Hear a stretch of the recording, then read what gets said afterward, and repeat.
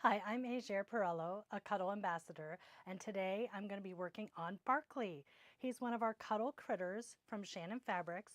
These guys are pre-cut in these kits called Cuddle Critters, and Barkley's our little puppy stuffed animal. So all the pieces are cut out for you. You don't have to do any cutting, and you can just get right to stitching. So I'm going to show you all the steps.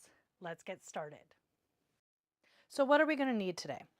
Well, inside this package comes the fabric, the pattern pieces. We have everything already cut out. So all these pattern pieces are cut out ahead of time for you. But we will use those pattern pieces that are inside to show us where we need some notches and which pattern piece is what. The instructions are inside here as well. On top of that, we're going to use a lot of our basic cuddle equipment. We're going to be using those clover flower head pins that come in the box that we love. We always are going to use that 9014 stretch needle. Marking implements, various types of them, and we can talk about those as we go forward. We're not going to be doing really any cutting today, but there are some little notchy things that we might need to do. So I do have my Karen K. Buckley micro serrated scissors here. A pattern notcher, this actually takes and notches the specific pattern. This isn't for the fabric. I have a piece of plastic down here because I want to show you guys how you can copy those pattern pieces for using again and again. And then, of course, our Biony stiletto. We love having a stiletto to help us sew around those tight curves and things like that. It really works well with Cuddle. We're always going to use 100% polyester thread, like this Metrocene here by Metler. But one thing we've been doing lately is using a stronger thread for stuffed animals. So this is Metler's Extreme Pro. It's bonded polyester. So it's still a polyester thread, but it's a little bit tougher, which can help with seams. And anytime we're doing a stuffed animal, something that might go to a child, we want it to be really secure. So we're going to try that today and see how that goes. The other thing that you'll need is the eyes in the pattern. You can either do them by hand, you can do machine embroidery for the eyes. I love to use these safety eyes. These are some fun ones I found that you can kind of swap out the colors in the back.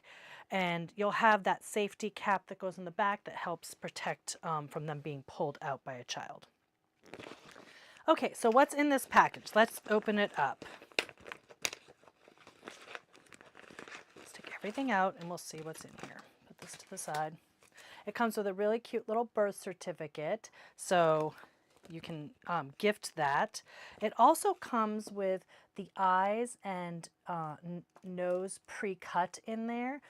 They're inside this little plastic envelope section along with the care tag, the care label. That's so that we don't lose these pieces in amongst the rest of the pieces that we have. So we also have all of these pre-cut pieces. So what's cool about this is that the pattern has already been cut out of the cuddle. And what we need to do is figure out which pieces are which. Some pieces can kind of look similar. So we'll figure all that out. And then this is the pattern itself. So it's printed on both sides. So there's two sides of it. And it gives the information on it. And the pattern. Pattern instructions, I should say. So this is the pattern instructions. Nicely written. Tells us how to put it all together. So one thing I want to do before we do anything else is I want to talk about tracing these pattern pieces. So this is printed on both sides, as you can see. So you couldn't just cut this piece out because it would be cutting out pieces on the back. This Barkley has already been cut out for us, so we do not need to worry about cutting anything for this, but we may want to recreate this. We might want to make 2, 3. We can make as many as we want with yardage. So what I like to do is I'll use a piece of plastic like this. You can get these in quilt shops. Any kind of pattern tracing that's going to be a little bit thicker, so that'll hold up time after time. You certainly could use something like tracing paper, but then that's not going to last for you. If you're going to be tracing it once, I say just use something that's going to last so that you can use it again and again. So what I do is I kind of arrange these. See how I'm getting right to an edge here?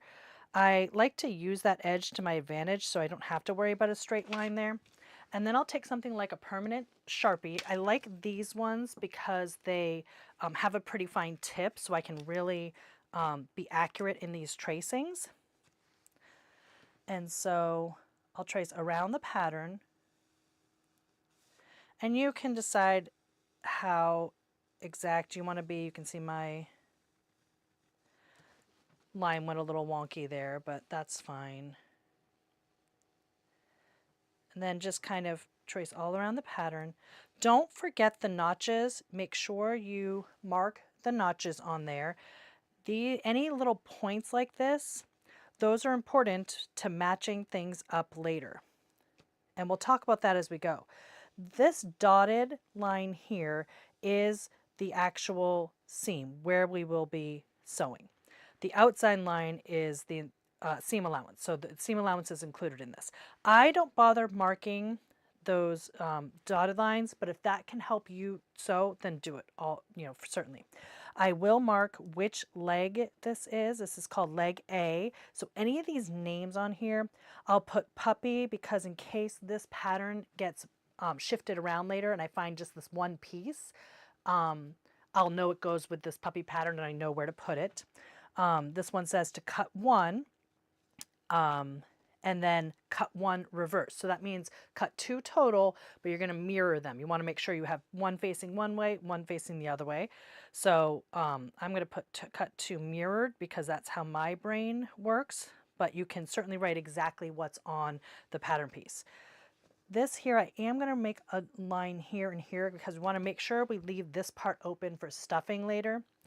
So you'll see all of these patterns have instructions on them. I forgot to do this direction of nap. So what we're going to do is we do this arrow down exactly in the nap direction. When we go to cut these out of yardage, we want to make sure each of the pieces has the nap going the way we want the nap to go. So that's really important if you're going to be doing multiples of these. So that's been traced. All you would do now is just cut this out around.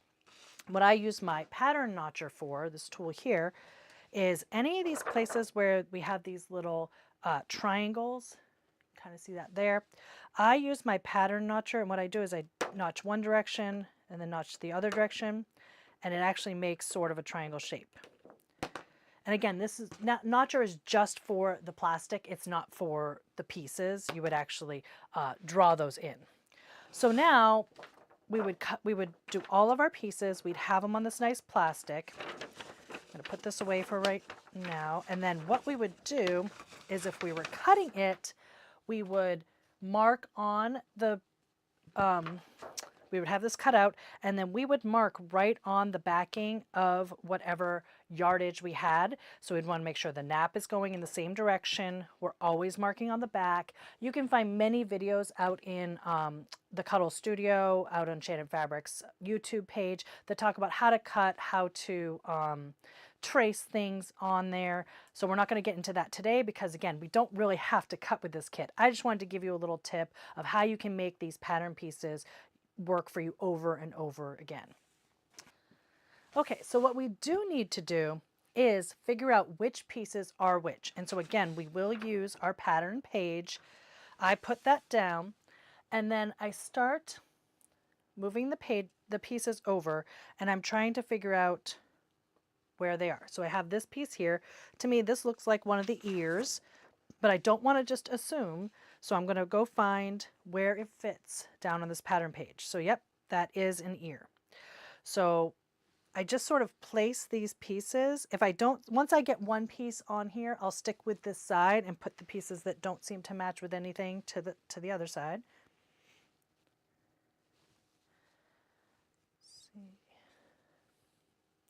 Just kind of go through and try to match everything up. So that leg A there. These pieces do have the notches right in them. You can see here they have the notches in them.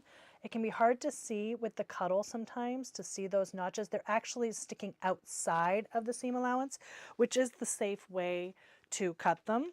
You could mark them on there as well. And what I do is I actually do mark, because this is Cuddle and it's not going to show through.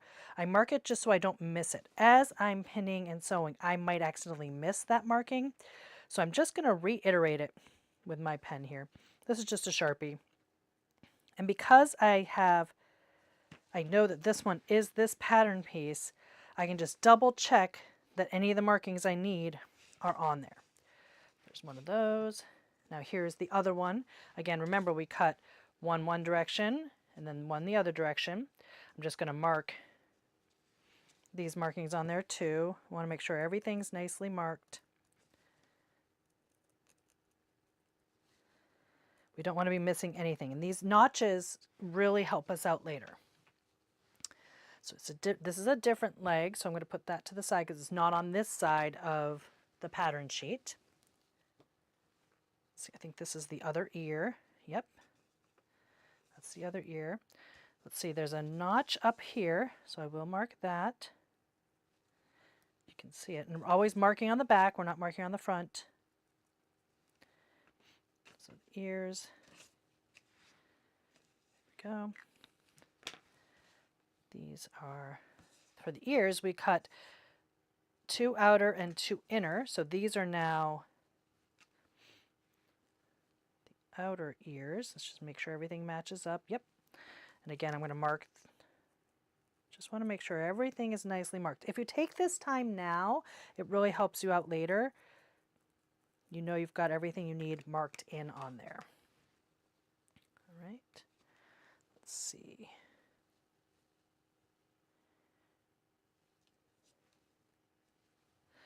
And some of these pieces are very similar, so you just really want to take your time and match everything up. Again, I'm putting things to the side that don't look exactly like what I'm looking for.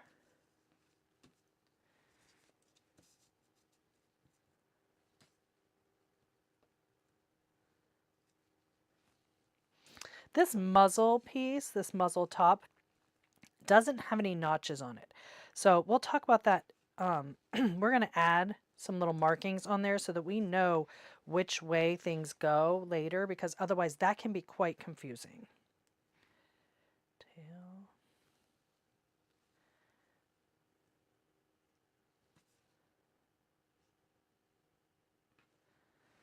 That.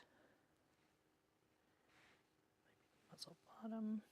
Again, the muzzle top and the muzzle bottom can be a little bit, they're so small and you might accidentally swap them. And so we'll just add some markings on there to make sure that we don't miss anything. Right. That piece.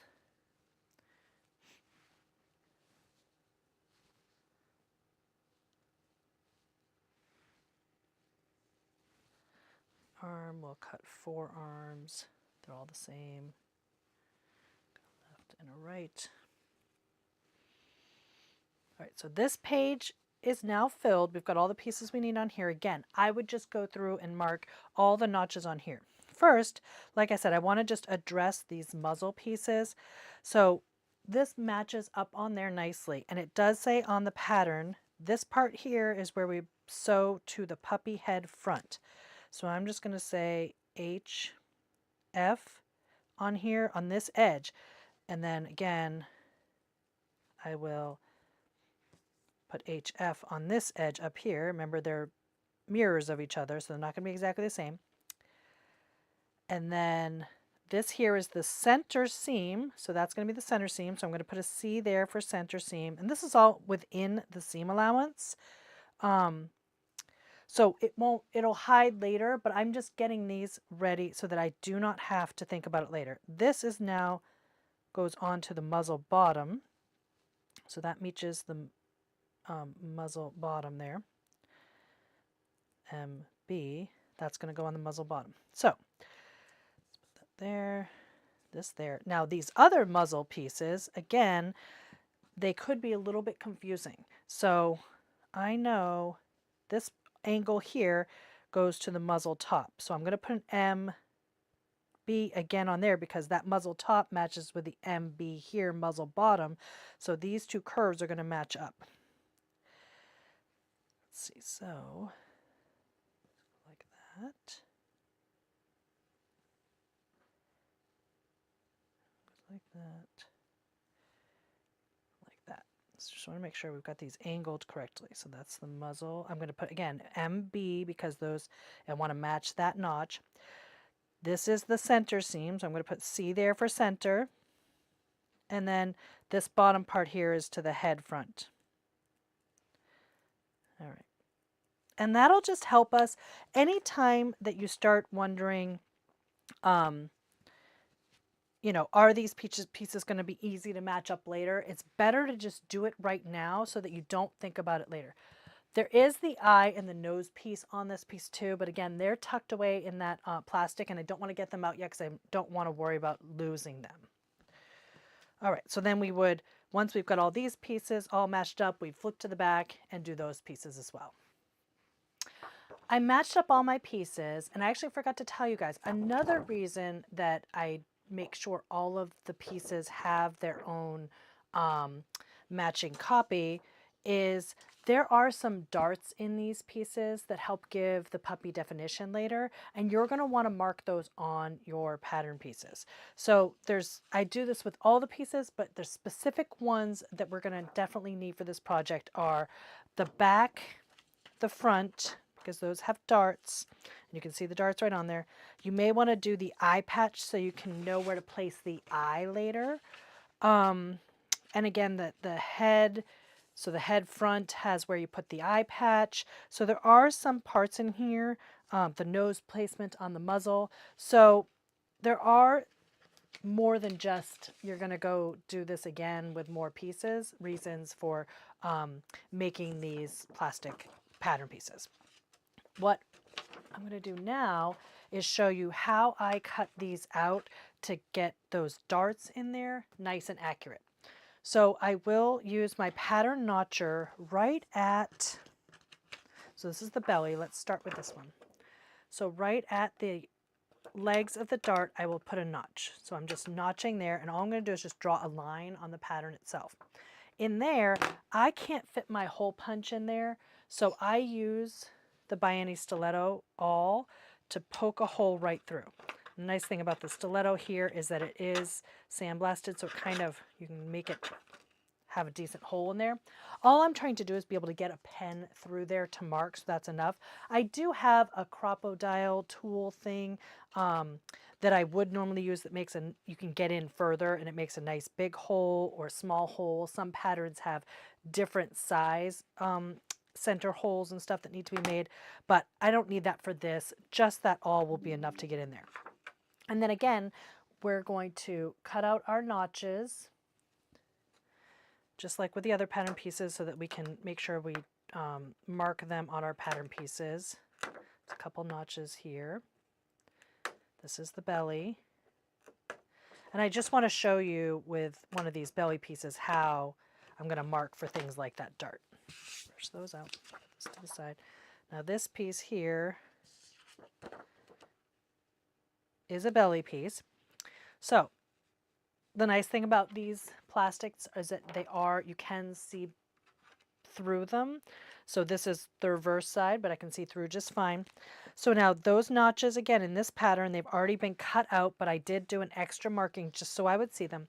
But the dart is not marked on the pattern piece itself. So what I do is I draw those legs in, that little notch there that I took for the leg, and then I'm going to go right to this point here. I don't want to hold that down with my marker for a long period of time because that can actually bleed through if I hold it way too long on there. What you can do is you can get a straight edge and mark those legs. Let me just find my ruler real quick. Yeah, let's do that. Let's just do that so then it's actually marked. So I start at the leg of the dart, and I'm going to angle over to where that dot is and just draw in the line. That way I have the line of the dart right on my piece, and I can use this later when I go to sew that in.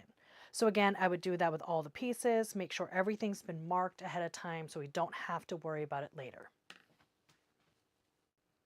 So now that we have all of our pieces marked, we have transferred any of the important notches, darts, things like that to the actual pattern pieces themselves, we're going to start to do some sewing. So we're starting with the ears. That's what the pattern has you start with.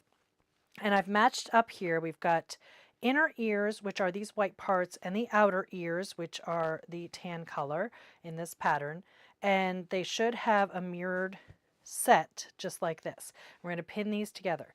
Now, the white part is C3, and this tan is a luxe. So what I like to do is I like to have the luxe on the bottom. I feel like those feed dogs on the bottom of the machine will help pull that through. I like having the thinner fabric on the top. So we're going to be pinning all the way around the ear, and we're leaving the top edge open on both of these. And that you see that notch there tells you that that's the top edge. So I'm going to start with my pins, and when we're pinning Cuddle, just like you would with any Cuddle, we want to make sure we're doing a ton of pins. I'm using these clover flower head pins. I'm putting a few in where the fabric naturally wants to rest and these critical points. Just trying to kind of have the two together because we've got a C3 on top and a hide, or it may not be hide, it's a luxe Cuddle underneath. We want to make sure they're going to sit nicely together. So I just put a few pins around, and I'm putting them off the edge of the fabric. Typically, you'll see us do the double pinning where we pin this and this like along the side seam. What I do with my stuffed animals, because these pieces are smaller and we're dealing with a lot of curves and things like that, I do this sort of diagonal pinning. I know my presser foot, the sewing machine, is going to come from this direction. We're going to sew this way around. So I'm going to kind of angle my pins in this direction. And what that's doing is for each pin, we're holding it here and we're holding it here. That pin that's holding right here, I can get closer to the presser foot before I have to take this out because nothing is going to hit here. It wouldn't hit the needle until here, but this is keeping it secure. So it's kind of like we're double pinning, but we're just doing it at an angle. And so I found that super helpful with things like these small pieces of stuffed animals. I do it often with clothing. I sew a lot of clothing. And anytime you have these kind of small sections with Cuddle, we still want to do a lot of pins, but I do them sort of diagonal. And I'll work my way around. We always pin more than we think we're going to. You don't want to accidentally not have enough in there. So I'd rather take the time now to get this fully pinned. Just matching it up as we go. Oops. See, now that one, I didn't grab very much meat there, so the pin's not really doing me any big favors by doing a diagonal. If I do it like that, it's almost like I have two different pins in there. That makes sense. And then we are still leaving this part open here. We're going to turn it through there later, and then we're actually going to put, I don't know if in this one we put a fold or not. I don't think we put a fold in this one, but oftentimes with an ear, you'll kind of put a little dart too, or a pleat, I should say. Okay, so now let's take this over to the machine. We're using our 9014 stretch needle. I am using that heavier duty thread. It's sort of like a 30 weight thread. Again, that's because we're doing a stuffed animal. We're going to use a 1/2 inch seam allowance. I'm using the AccuFeed system here on my machine, but you would also use a walking foot. My needle is going to be ending in the down position. Straight stitch about 3.3 millimeters. We can change that depending on this thread. It's my first time using this thread, so I want to kind of see how it reacts. So we're just going to stitch all the way around that ear. We're going to make sure we're taking our pins out as we go, and I am going to back stitch. Make sure everything should be nice and secure. I have my stiletto here that I can kind of help guide around the corners.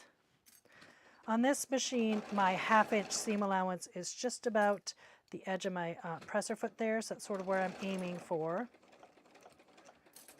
Kind of go slowly around this curve. You can pause, lift, and tilt and pivot slightly. I found most of the time I can kind of just make it around using the feed dogs to get me around, but you'll know what's feels best for you. Just kind of make it all the way around here. We are, again, leaving that very top edge open. And just keep around, almost there.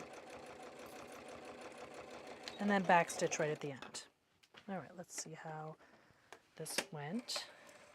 Again, it's my first time using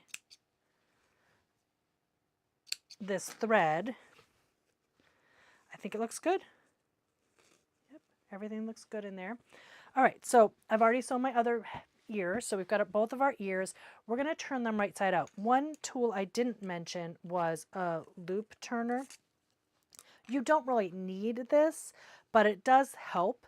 So you just put one end through, and this is a sharp, like a pointy end. It's not super sharp, but I don't love using the pointy end to get it through, so I'm going to use the blunt end. I just don't want, with this knitted backing, to pierce anything accidentally, so I'll just kind of use the blunt end to push those edges through.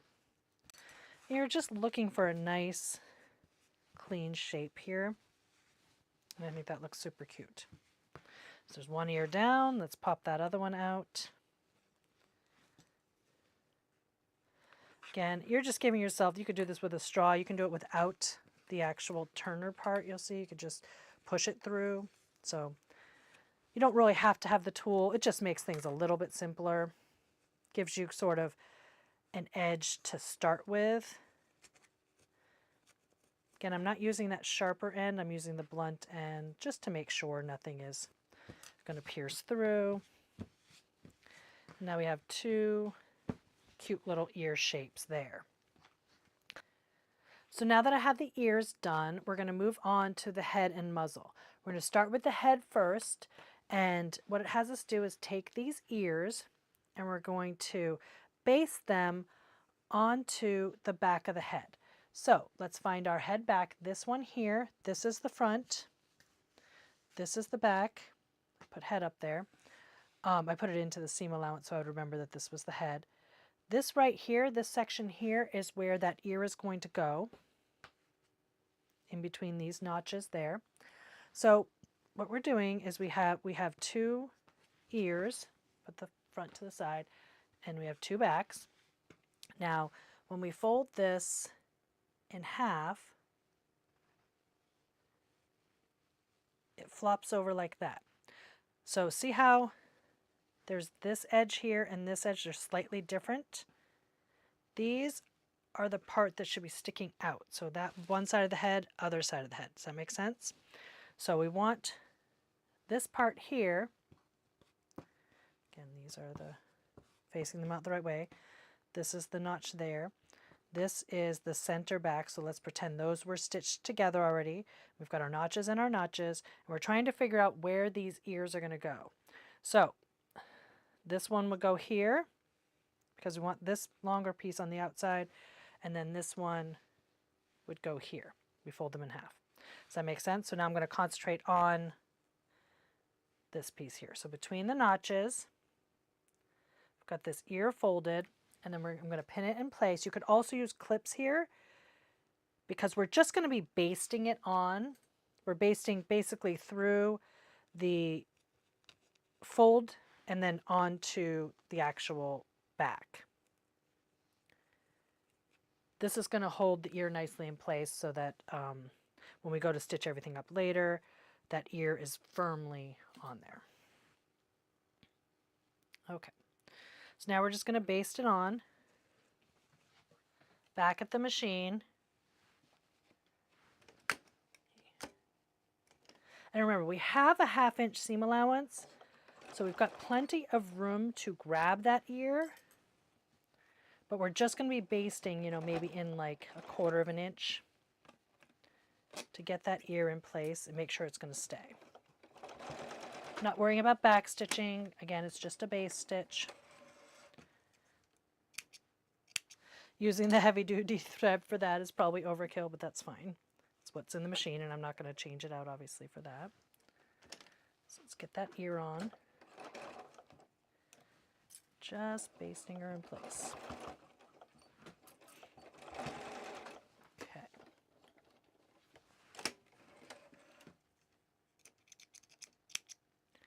Use my snips to just clip. Okay. So now we've got our ears in place. And these get set aside.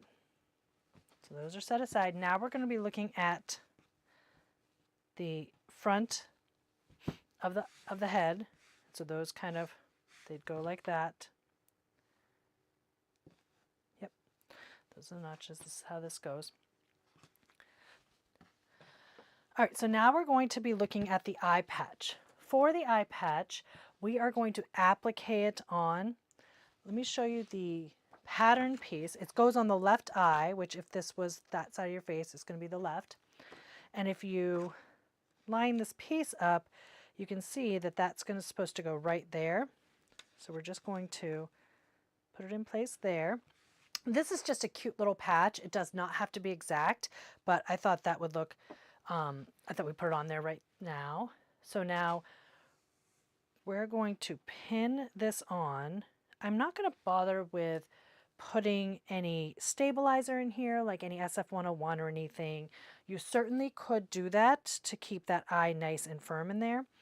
But because it's just an extra detail, and it doesn't have to be perfect, it's not like you're doing like someone's name or something that you would tell if something looked off with it. This is just a cute little patch that's going on. I'm not going to worry too much about it. And I'm going to swap out my thread because I don't want that thicker thread that I'm using to show up on top with this applique. So I'm going to swap out my thread to the regular Metrocene thread by Metler, 100% polyester. We're now going to zigzag this on. I'm going to change mine out to a regular, just zigzag. I'm going to do relatively narrow. I'm going to do a 3.5 millimeter, and then I'm going to bump it way out to like a 2.5. Let's just see how that goes. We're not trying to, we don't really want these stitches to be totally visible later. A lot of times when we're doing applique like this, we want the stitches to look really nice and fancy. With this, we're going to let the cuddle fluff up around it, and the stitches should just blend right in. You shouldn't even be able to see them later. So that's what I'm trying to do here. So I'm just attaching it, but I don't really care that the thread is ever seen later. So we'll see. So you don't have to be super careful with it is my point. Not like I normally would be. Clip those threads. And then over here you can see, right now you can see those stitches.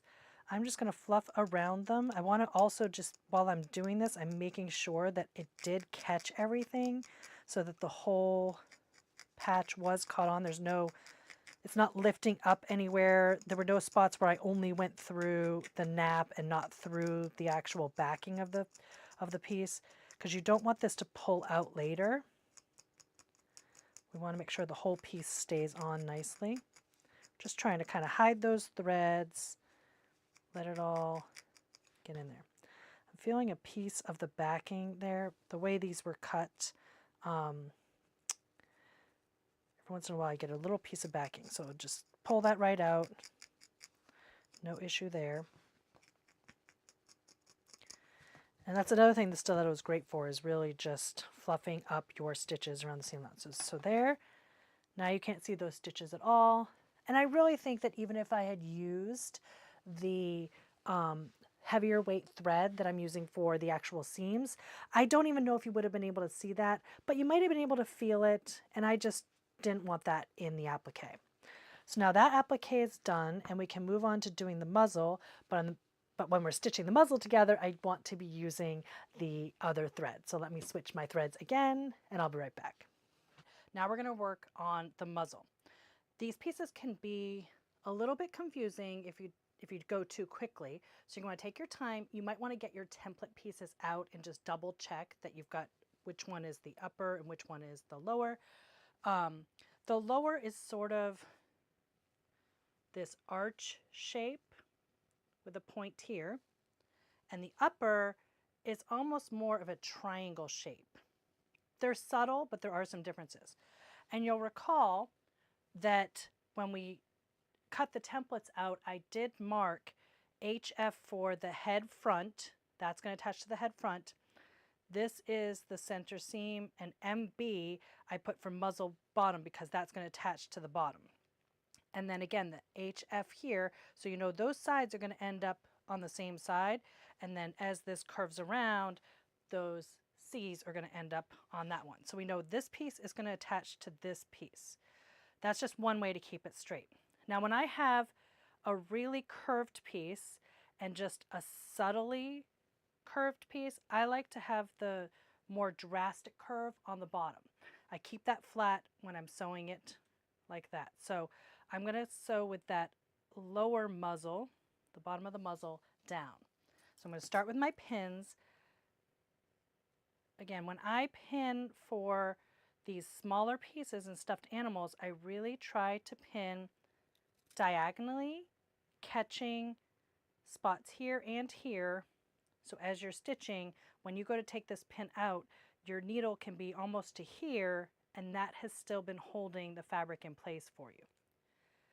So we're just working this in, making sure these edges line up. We're not lining up the fluff there, we're lining up the actual backing edges.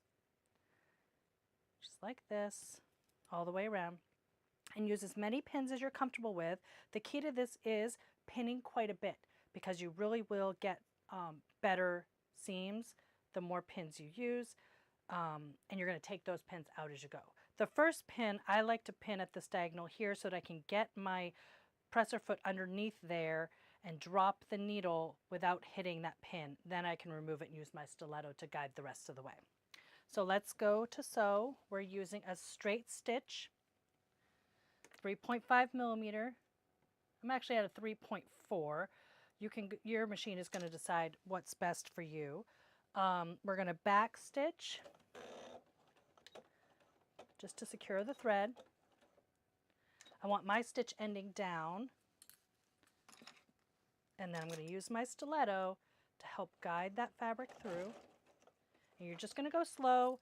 You're following this curved edge with my presser foot is about a ½ inch here, so I follow that presser foot edge there, and I'm just gently turning with my fingers and the stiletto the fabric. You could pause, lift your presser foot, and really let it relax and move to around that curve. But I found this curve is not super duper sharp here, so I'm able to just do it like that. So I'll trim my threads. If your machine trims your threads for you, you don't have to do this part. I have an older machine here. Okay, so we've got one of them sewn together. There's a nice curve there, and there's a nice curve here. We've done pretty well with that ½ inch seam allowance, so just by going slow. Now again, this is that triangle-ish piece, and this is the one that was more of an arch. It can be hard to see. So what I'm going to do now, and I should have probably done this in the beginning, I'm going to put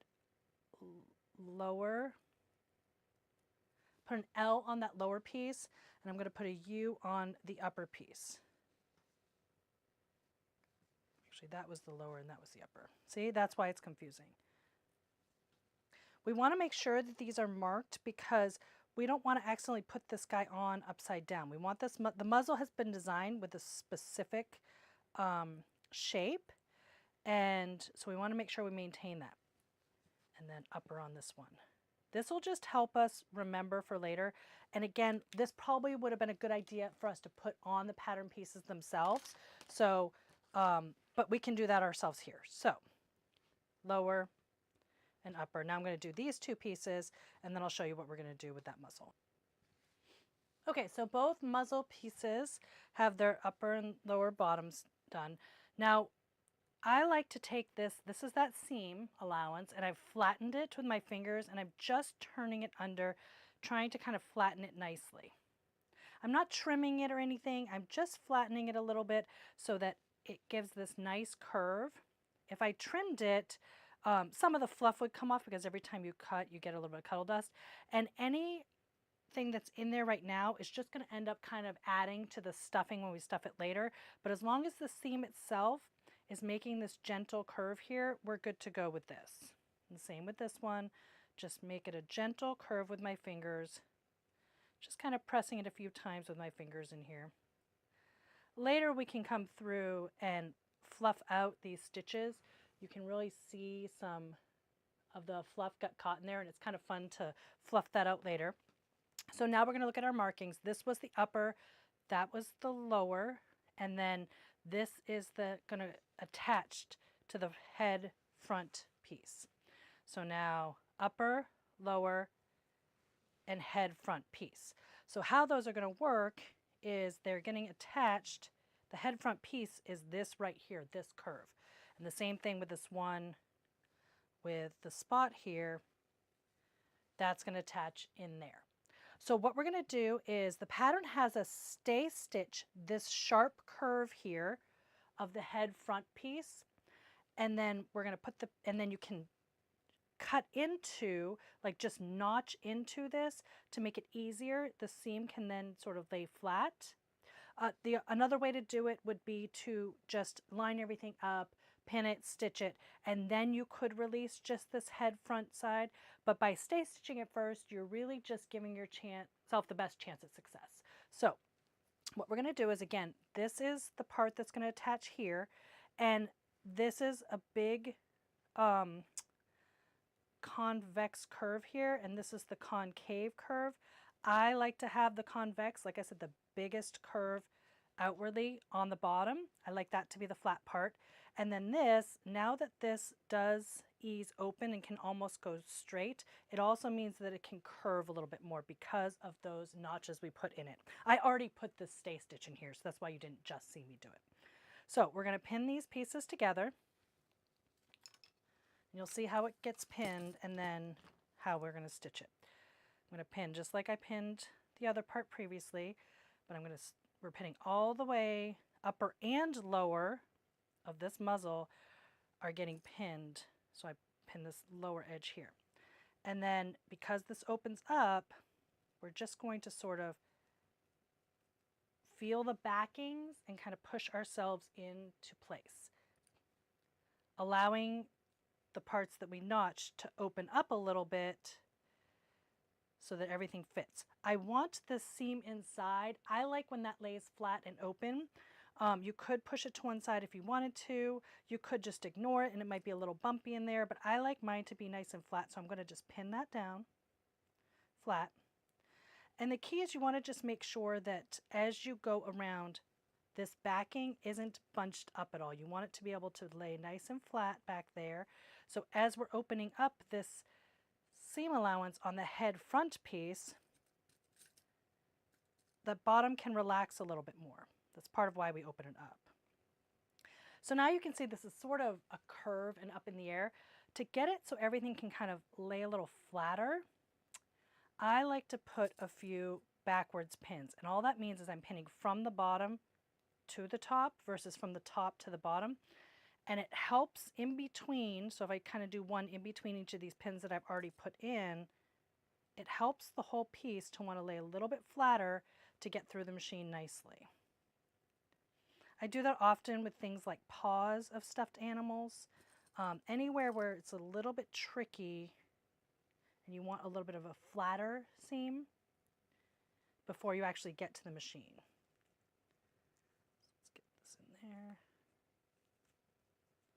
That's starting to bunch in there a little bit, so I'm going to relax that out again. this back in. Key is you don't want anything causing a lump. Okay, so you see that's a little bit flatter now. It's going to go through the machine just a little bit easier. I know it looks a little bit ridiculous from up there, but it is flatter. You can feel it flattening out. So now we're going to go to the machine, same stitch length, same everything, and just kind of get this under there and into place.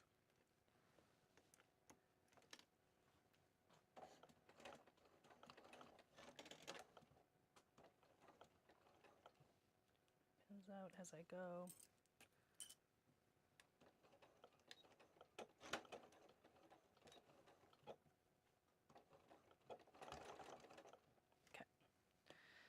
I like to feel underneath and make sure I'm not catching any other part of the muzzle that we're not supposed to be catching.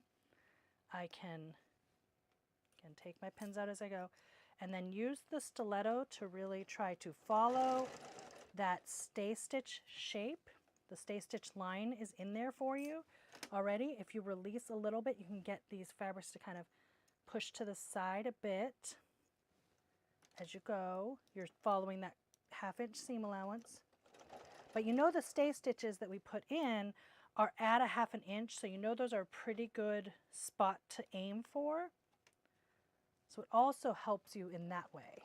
It helps the fabric stay where it is, allows you to notch it, but it's also helping us to kind of see under here with all the fluff sticking out about where we should aim our stitches. This is coming out, this one's coming out here. So as you can see, we're just going slow. That pin came out here, so what I'm doing is I'm lining up the edge there, and I'm going to use the stiletto to just sort of hold it in place as we get around. So if you go slow, things will work out okay. You just got to take your time. Trim my threads. And there we go with the really cute little muzzle front. So the muzzle will stick up like that. Just want to double check that nothing weird got caught. Nope, it all looks good. And then that one side of the face is done. So now we'll do this other side of the face and we'll talk about how we join them. Okay, so now we have our two front head pieces, right? They're looking like this. They're going to stitch together eventually. But before we do that, so we've got our left head front and our right head front, and we're going to match the backs up with them along these edges here, so that we can kind of put the ear and get that all secured on too. So we marked on, these are the two head fronts. They had the ears already attached. Remember, we based them on. And I did put center back here, and then that is the seam that's going to attach here. So this one will end up attaching over there, and this one will attach over there. See how those are the sides that should attach? This is the very front, this is the side, this is the side, side. So we're going to match those up. Because we've got that ear in there, just checking. Yeah, because we got the ear in there, I'm actually going to stitch from the top. Often when there's bulk, I will try to stitch from the bottom. For this one, I'm going to stitch with the back of the head on top with that ear in there. I think I'm going to have better success in making sure the whole thing stays nice and steady by having this piece on top. So maybe I'll do one this way, and then maybe I'll do one the other way so we can see which one worked better. But I feel like it's going to stay steadier if I can use my stiletto and really push that ear through from the top. And the feed dogs are working on the bottom. I do have, you know, my AccuFeed system, so I am using sort of a walking foot. You know, we always talk about a walking foot, and that's what this particular machine, that's the walking foot that is used. But I'm putting pins in there just enough that, like, I'm sure that that ear, it's basted in already, but I still want to make sure we get over that ear. So I'm going to pin this one so that the ear's on the top. I'm going to pin this one so that that back of the head's on the bottom, and we'll see which way we have better success with. Okay, so now we're going to get these stitched up and we'll see which one works out better.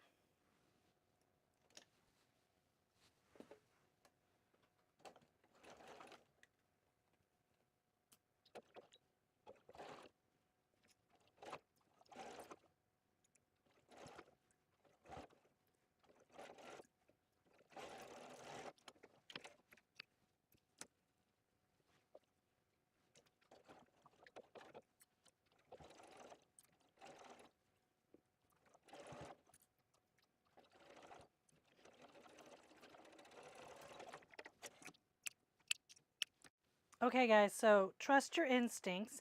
My original instinct was to have the ear piece, so the back of the head on the bottom, to be able to go over nicely. I found that was the easier way. Now they both turned out the same result. They both turned out lovely, but in terms of like ease of getting it through the piece, it worked better against the presser foot to have the back of the head on the bottom, so that large ear piece.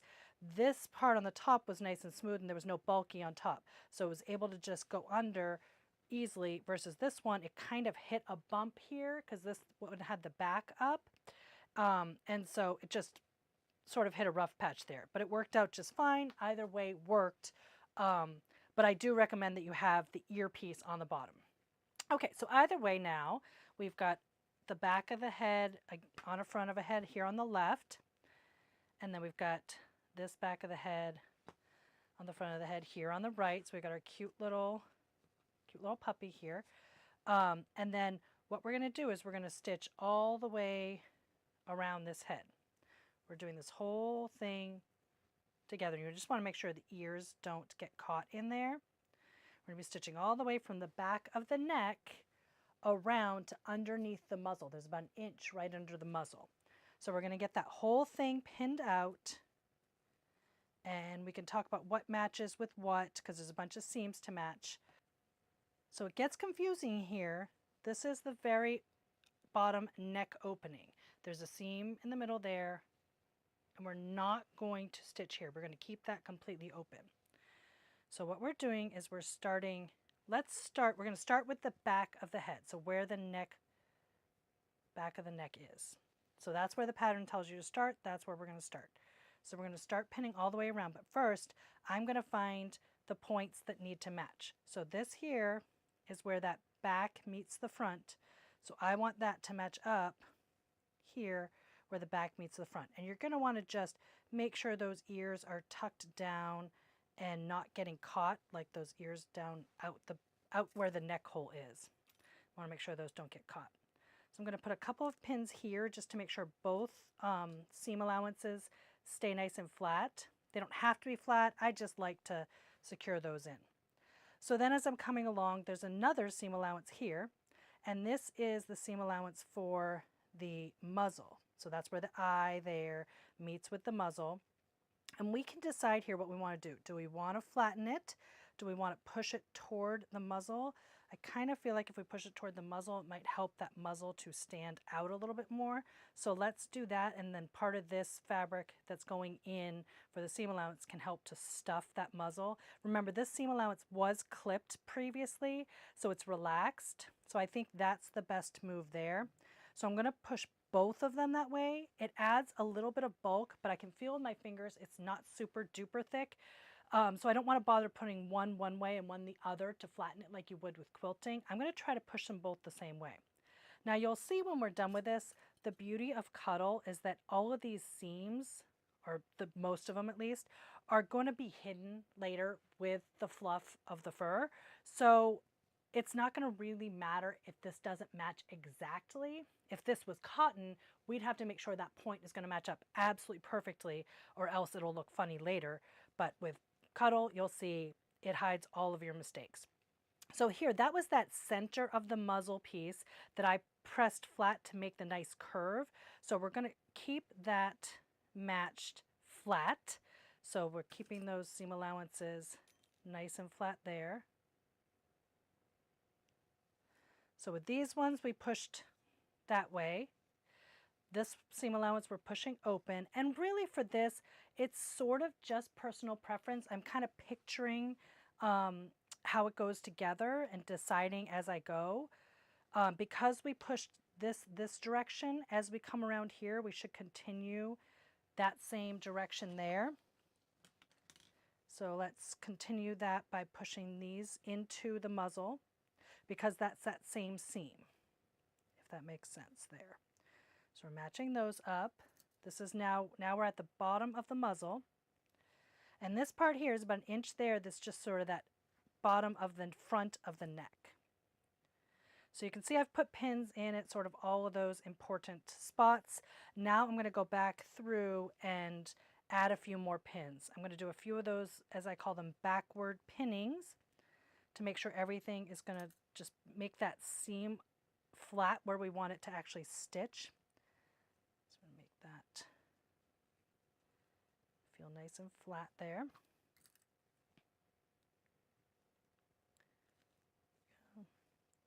And some of these spots will need a couple of pins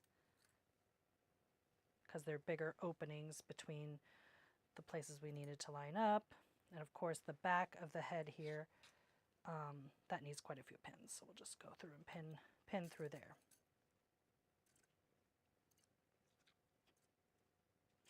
Okay, so let's get this stitched up. Again, those ears, keep them out of the way. You know, you can kind of pull them through that neck opening. You don't want to catch those ears in the stitching for this.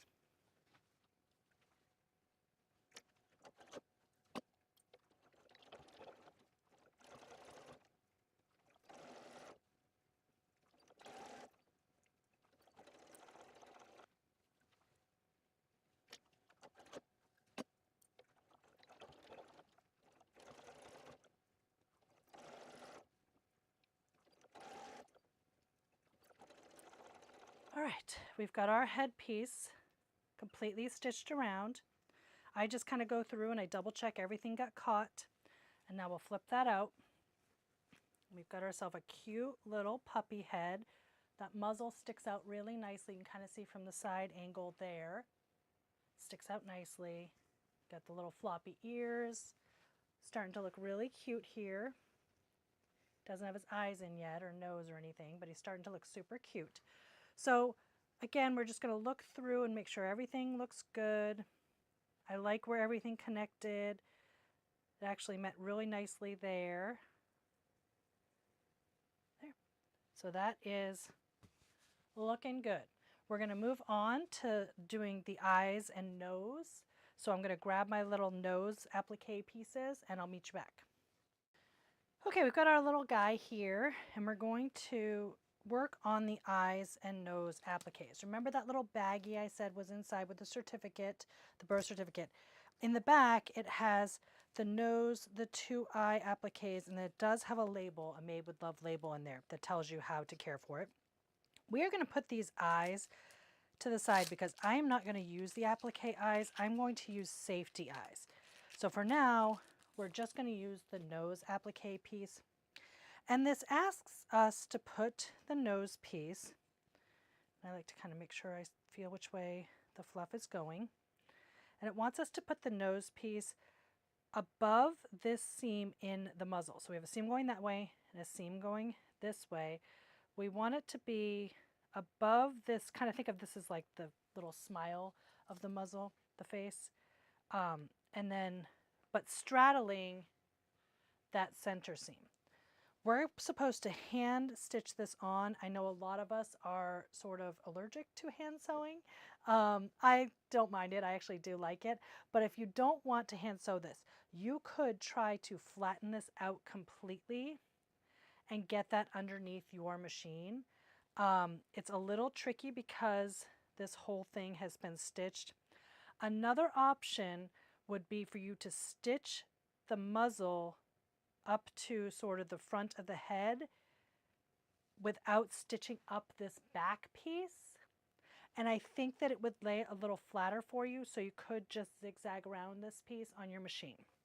I'm going to do what the pattern says. I'm going to try to follow instructions for you guys, and I'm going to hand stitch. So I'll show you what I do. I'm going to find a seam allowance in the back. So underneath, this is going to inside the stuffed animal. It's not going to show from the outside. I actually have 2 lengths of thread in here. This is just the normal 100% polyester weight that we use for regular sewing. This isn't that bonded. I am not super worried about this nose popping off. It's just a small piece of fabric. But I want to make sure that's secure in there. So instead of making a knot, I took 2 long pieces and I looped them through a loop in the back. So now what I'm going to do is I'm going to come out the front. And I'm just sort of feeling with my fingers. And this has been held in with a pin, but I don't want to prick myself, so I'm just going to take that pin out now. And I'm pulling that nice and tight. And I'm just going to hold this in place with my thumb, and I'm really just going to kind of whip stitch around this. The key is to make sure that you're not just going over the fluff, but that you're going over the the backing too. So I'm pulling this. This is now 2 lengths thick. So instead of that bonded poly that I'm using in the machine for the rest of the body, this is 2 thicknesses, if that makes sense. So I'm just sort of slowly going around here and whipping it on. Every once in a while you want to give it a tug and make sure it's actually stitching through, that you're not missing anything, that it's not just going to pull right off in your fingers. You are able to be deceived sometimes. You're not actually going through the backing when you think that you are. And if this nose doesn't go on perfectly centered, that just adds to kind of the cuteness of your own special puppy. I'm not being super accurate here just because I'm trying to show you the technique versus working super closely. But let me get this around and I will see how it's going. You could always take your stitches out if you think it's going very drastically wrong, but I think it's actually cute and good. So let's keep working our way around, just sort of grabbing at that. This is also a place where if you really wanted to, you could add some stabilizer to this nose, some SF101 or something like that. But I think it's fine as is. It's working out pretty cute here. Let's get them on. Just stitching all the way around. I'm not being ultra careful with my whip stitches because, as you see, it gets lost in the fibers. So whereas again, if this was a cotton, I would be making my spacing, perfectly spaced, nice and even all the way around, so it would look just right. For this, because this thread will get lost in the fiber, and no one's going to really even see your stitches later, I am not concerned about that. So let me just get that last stitch in. I'm going to sort of put my hand in here again and just sort of see, is this nose where I'd want him to be? And yeah, I think that nose is nicely in there. So I'm going to push this back underneath. Get that needle out. Now I'm going to find, again, a seam allowance that I can just do a few little stitches in to secure the thread a little bit. And then I normally will just do a knot to make sure that thread's secure. And then you can trim your threads. You don't have to trim them up a super lot just because this is going to be inside the head and we're going to stuff it later. But now your nose is on. You can take your stiletto, fluff that nose up really nicely. You can see that seam there. And it's just above there. It's hard to tell because one side has a patch and the other side doesn't. So it can be hard to tell like where this actually is, but it is. That center seam is right there, and that is where that muzzle seam is. So I'm fluffing up the threads around the stitches so you don't see them. And now that nose is on and secure. See my little guy's got his nose now. Very cute. So now let's talk about the eyes. Again, I am not going to use those black eyes. I'm going to use safety eyes. But I want to talk about eye positioning. There's a minor error in these pattern pieces. You can see when I trace them. This is the head front, and you can see it shows a line where you put the patch for the eye, and then it shows this as the position where you would put the little black applique. Well, there's also this eye patch pattern piece, and you see the little black where you would put the eye applique. When you match these pieces up, those two markings do not match up. So we have to make a decision. Which one are we going to do? I prefer the eye patch eye, and I'll show you why. So I'm actually going to take one of those black pieces out so you can see it. So this is one of the pieces that if I was going to hand stitch this is what I would use. And with the eye patch, it wants you to put it where it just barely overlaps the muzzle. Whereas this head front, and again, I'm lining up because the eye patch didn't get turned under at all, we can line it right up with the outside edging there. That's where they want the eye to go on this piece. Now, neither of these is incorrect. Really, the eye would be just fine up there versus down here. However, whenever I use safety eyes, I think they look really cute and pop if they're right down by where a muzzle or any kind of like facial feature juts out here. And because I'm using the bigger pieces, let me show you which eyes I'm using. I like how it makes it pop out a little bit more. So I'm using these big guys here. So they're quite large, and I think they're going to look really cute down here. It's hard for you guys to see that, but the way they just sort of stick right over into the white part of the muzzle slightly, I think looks a little bit nicer than if they're up here. But again, this is all your personal choice. You can make him. That's why you've got your little birth certificate, adoption certificate. This is yours. You can make this how you'd like it, make it how your child, grandchild, friend would like it. These are just the choices I'm making. So again, these are our safety eyes here. Mine comes with these little cute pieces of paper that are glittery, different colors. So this one's a glittered blue sparkly color, which I used. You can have them clear or use something else. And then each of them has the little cap hat that we use. So in order to put these eyes on, I am going to take that pattern piece again with the eye patch just to kind of give myself a spot. So right there is where I'm going to want to put this. So I'm going to take my stiletto and push it right through. So my stiletto, that is a relatively thin awl. It's working as an awl right now, but I'm putting it through right there. The reason I'm doing that is because where that little hole is, I'm actually going to snip with my scissors. You could also use your Karen K. Buckley's here. This is just what I'm going to use. And I make like a little X shape, almost tiny. We're not going huge here.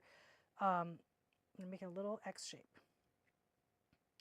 Now, one thing that you may want to do is put some SF101 here before you do this X shape. So what that does is it will secure the fabric behind these eyes a little bit better. So let's take a scrap of that and I'll show you what you would do. I'm not going to actually do it today because I don't have my iron on, but I'll take one of my little scraps here. I kind of keep some scraps down close by. So here's a scrap. You just need a small piece. So all you need is something large enough to just stabilize that fabric right behind where the eye is. So now we can see where I've cut right there. But what we would do is we'd actually cut this down even more so it's not interfering anywhere. We'd probably cut it out in that eye patch shape or just use SF101 on the front face where that eye patch will go. And I would press that in, hold it down until it's pressed well and melts right in. So I could do this now. I could cut this down smaller into a roundish shape and put it on there, and really it's just going to give a nice secure spot for that eye patch, for the eyes. I'm not doing it because like I said, I do not have my iron on here right now, but also I'm using this. This guy's going to come around with me to shops to show, and I'm not giving it to a child at all. So I'm not as concerned with anybody pulling these eyes out. I'm not as concerned with them being secure. So I'm finding that hole where I already made that little bit, and I can see that what's happening is I'm pushing the patch fabric through that hole. That means that when I did my snips, I didn't catch all the layers. I didn't get through to that eye patch. Now on the other side of the face, this won't be an issue. But here it is because we've got that eye patch. So now I'm just gonna, again, you can kind of just feel that hole, find the little spot. Now I'm seeing my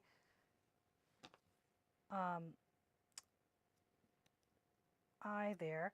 I'm just cutting it open ever so slightly. The reason I'm doing this way and not making a gigantic hole is you really want the fabric to be as close to this post as possible. You want to make sure it's nice and secure in there, and you don't want to make a giant opening. Even though the eye itself is large and this cap will secure quite a bit of fabric under there, I still like to make it as close as possible. And remember, the Cuddle does stretch around it unless you have that SF101, that does help it to not stretch.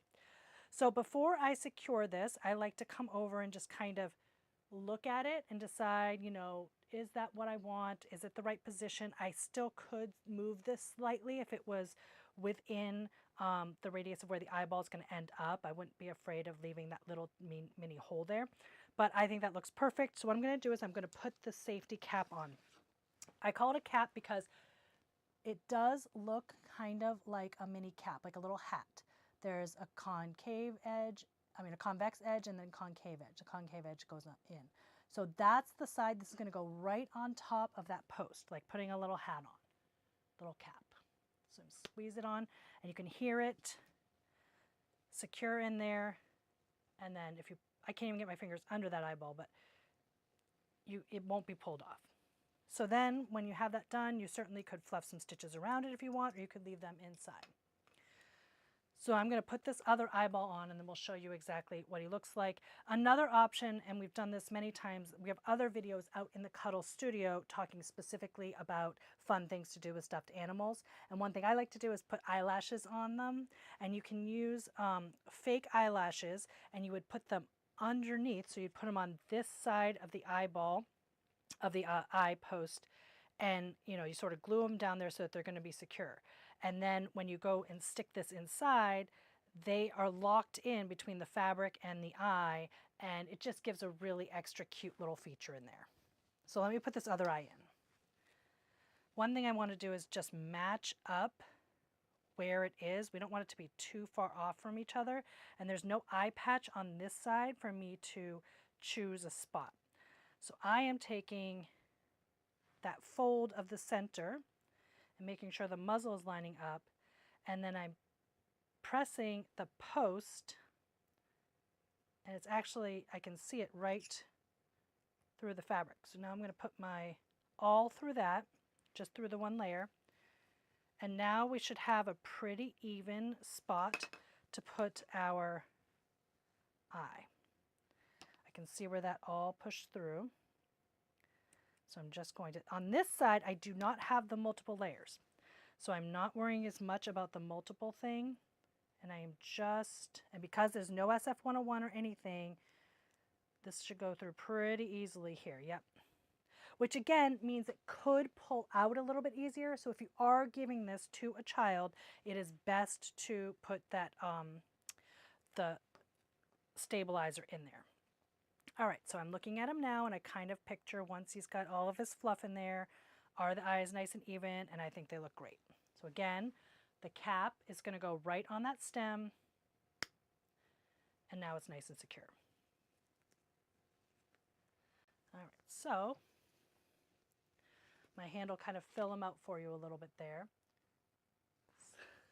Looking a little skewed because I don't have him stuffed yet, but there he is. Look at this cutie.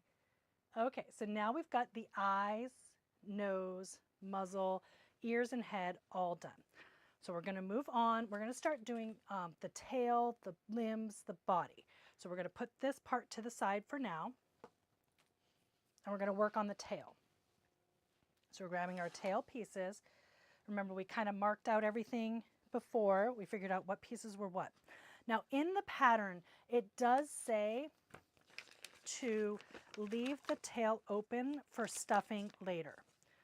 Pattern also doesn't mention necessarily stuffing it later. It does mention stuffing all the other pieces later, but not the tail. So just to make sure we don't forget it, and because the tail is small enough, I am not going to bother stuffing it later. I'm going to stuff it now. So I am going to stitch all the way around this except for that top edge where it's going to get attached to the body. So normally we would leave one of these sides open with an L bracket to stuff later. But again, the pattern doesn't then tell you to go back and stuff it. So we're going to, because it's a tail, I'm going to just stuff it subtly, not super, super tight. So it'll be just as easy to stick into the body and already stuffed, the same as we stuck in those ears. It's not going to need a lot of stuffing because it's Cuddle and kind of already fluffy as it is. So I'm going to go against the instructions and do it this way. You can feel free to do the tail exactly as the instructions tell you to do it. And if you're going to do it that way, all you're going to do is follow the same instructions as all you do is follow the same instructions that you would use for the legs or the arms, where you're leaving an L bracketed opening for stuffing later. So when we get to that part, because we will leave those open, so you could fast forward the video to that and then come back to the tail again if you are looking for exactly how to do that. I just think this tail is going to be super cute with just a little fluff in there, and it's one less thing to hand stitch later. So I've got these pins.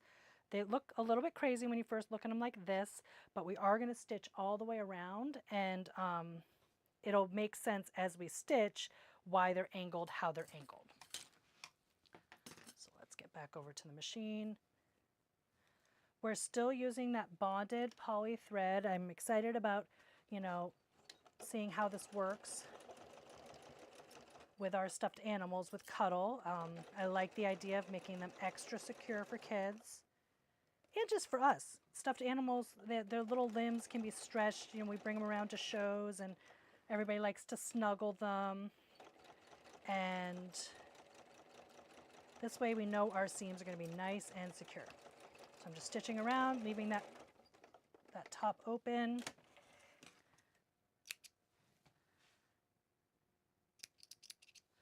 And then you can see the little tail shape here. I'm not going to bother trimming anything. Again, that's just going to get stuck inside the tail later, less things to fluff. I'm using my turning tool. You do not have to have a turning tool. It just makes it a little bit easier for me. So I'm going to do it here. And then using the blunt end, not the sharp end, but the blunt end, to just sort of push everything out where it should go. And again, this is a cute little fluffy tail. I don't feel like this needs to be so overly stuffed that it's going to be impossible to stick into the backing. So I'm just going to add a little fluff in there. We did not talk about stuffing, but we love the Fairfield polyfill stuffing. So that's what we're using here. You can use whatever kind of stuffing you like the best. I'm actually using this wooden tool here. I'm going to use it to kind of help stuff the fluff in that opening that we left open. Getting the first one in is always the trickiest. Let's see, let's get that in there. You can kind of use your fingers at first to jam it in. And you want to do small sections at a time. We'll talk about this more when we start stuffing the body and the limbs. Again, it's out there in other videos that I've done for stuffed animals for Shannon Fabrics.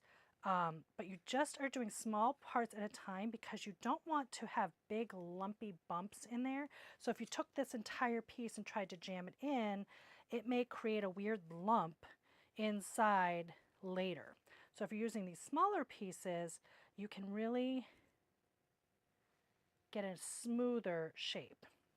I'm just going to put a little bit of this in there at a time. Kind of just use this to help get it in. And then I'll show you what we're going to do with this tail.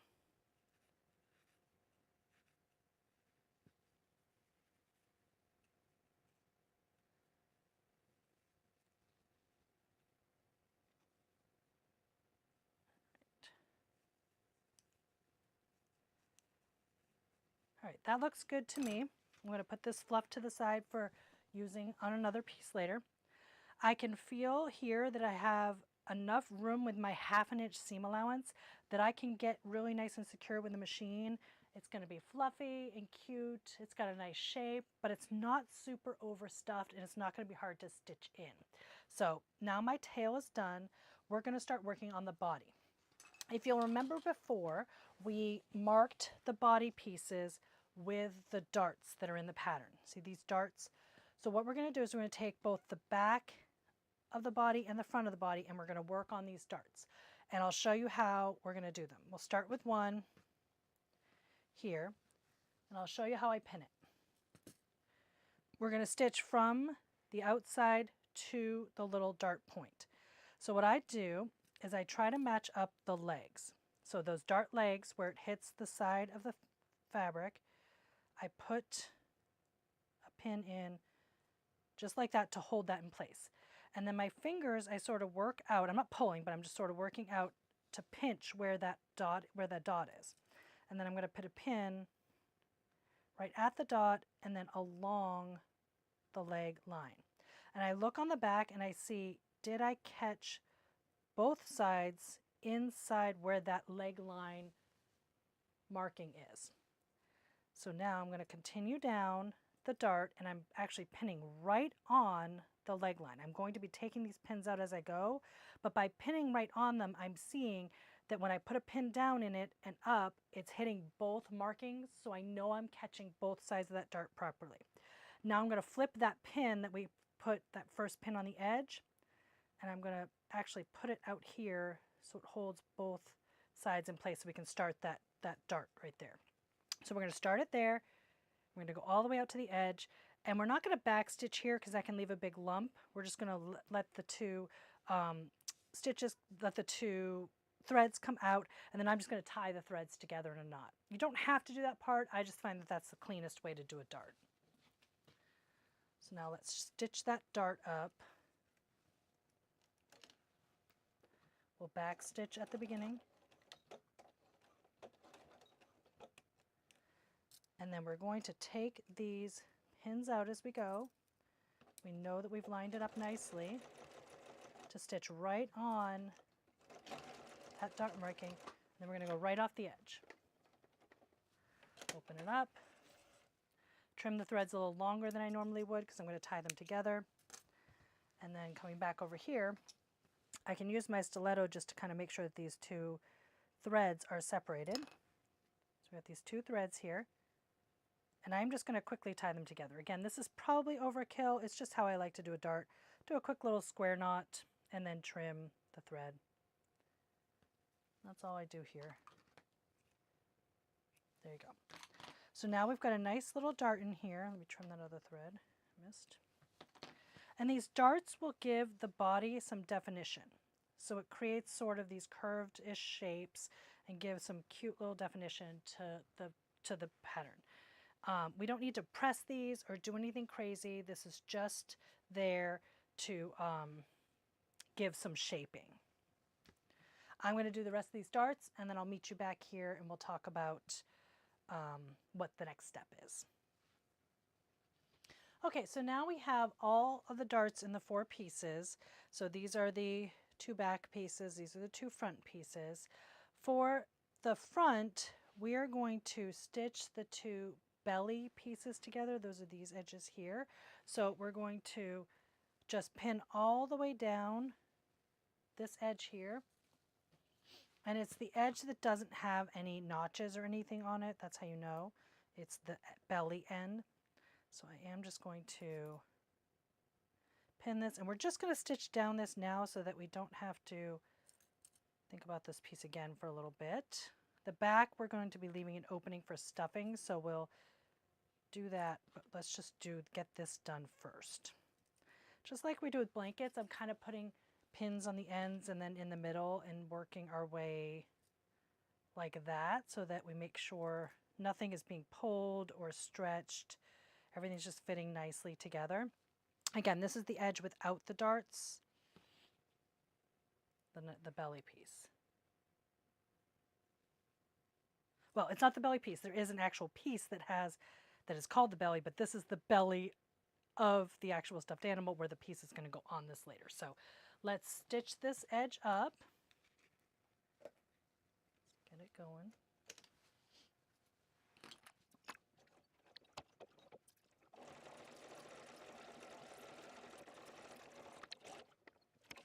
Okay, and then this is, we're going to just sort of finger press these seams open, the seam allowance here. It's not the end of the world if it's not open, but if you give it a few finger presses, it'll stay pretty nicely. Just get that pressed open a little bit. Now this is going to be set to the side for a moment. Now we're going to work on the back pieces. This says to put the tail in first and baste it, and then do some stay stitching on the back. This is the back opening that is going to, we're going to stuff through. So we're going to put some stay stitches on either side between these single notches. See these single notches here? We're just going to put some stay stitching in there. The key with stay stitching for me is less about the fabric moving on you. Like some stay stitches are there because we want to make sure the fabric is not going to stretch too much. And Cuddle can stretch, but the stay stitches we're talking about here are mostly so that when you go to sew these things up by hand later, you have something to grab onto to figure out where those stitches should even go. Cuddle kind of can hide the stitches, as we've talked about. And the stay stitching will give you something to feel. Even if those get fluffed up around it, I can feel in there where I should be closing that seam allowance, excuse me. So we will put stay stitches on both sides between those markings.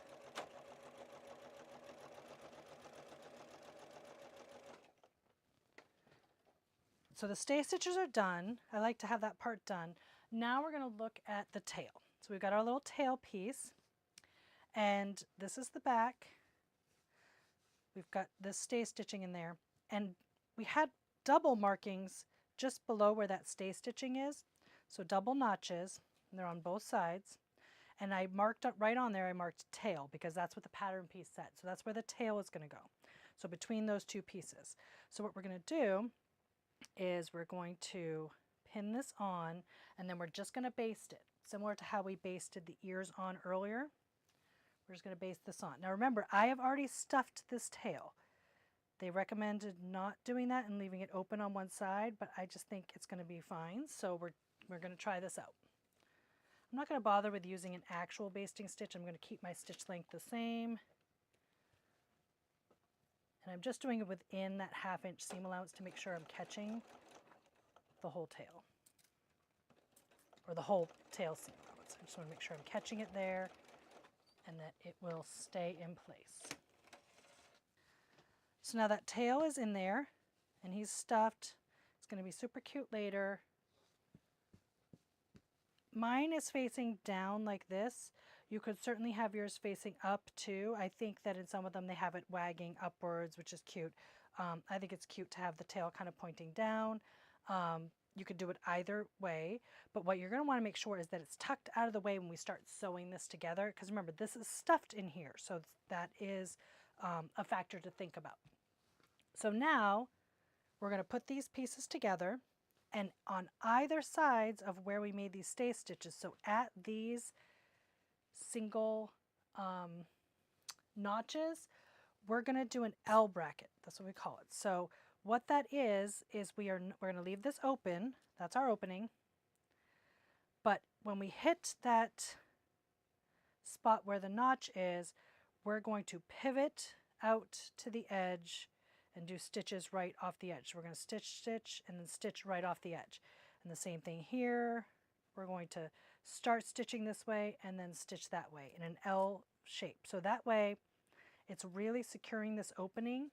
By stitching and making sort of a wall on either side, what we're doing is later when we come to turn this right side out, that opening will automatically want to tuck itself inside because these walls are sturdy there. And we're also making it so that you couldn't stretch the opening more when you stick your hand in. We're really securing that opening. So remember, that tail is already stitched down, but we're still going to stitch all the way down to this point here. We just want to make sure the tail only gets caught in the seam allowance. We don't want this end getting caught anywhere. So we're just working this. this. Now we're going to make sure that is all nicely, this is through the tail, so there's 4 widths of fabric in there, so we want to make sure we're securing that in. See how every once in a while I do a backwards pin to kind of lock everything in place. That's our opening, so we're not going to be stitching there. So I'm just going to start my stitching now. Okay.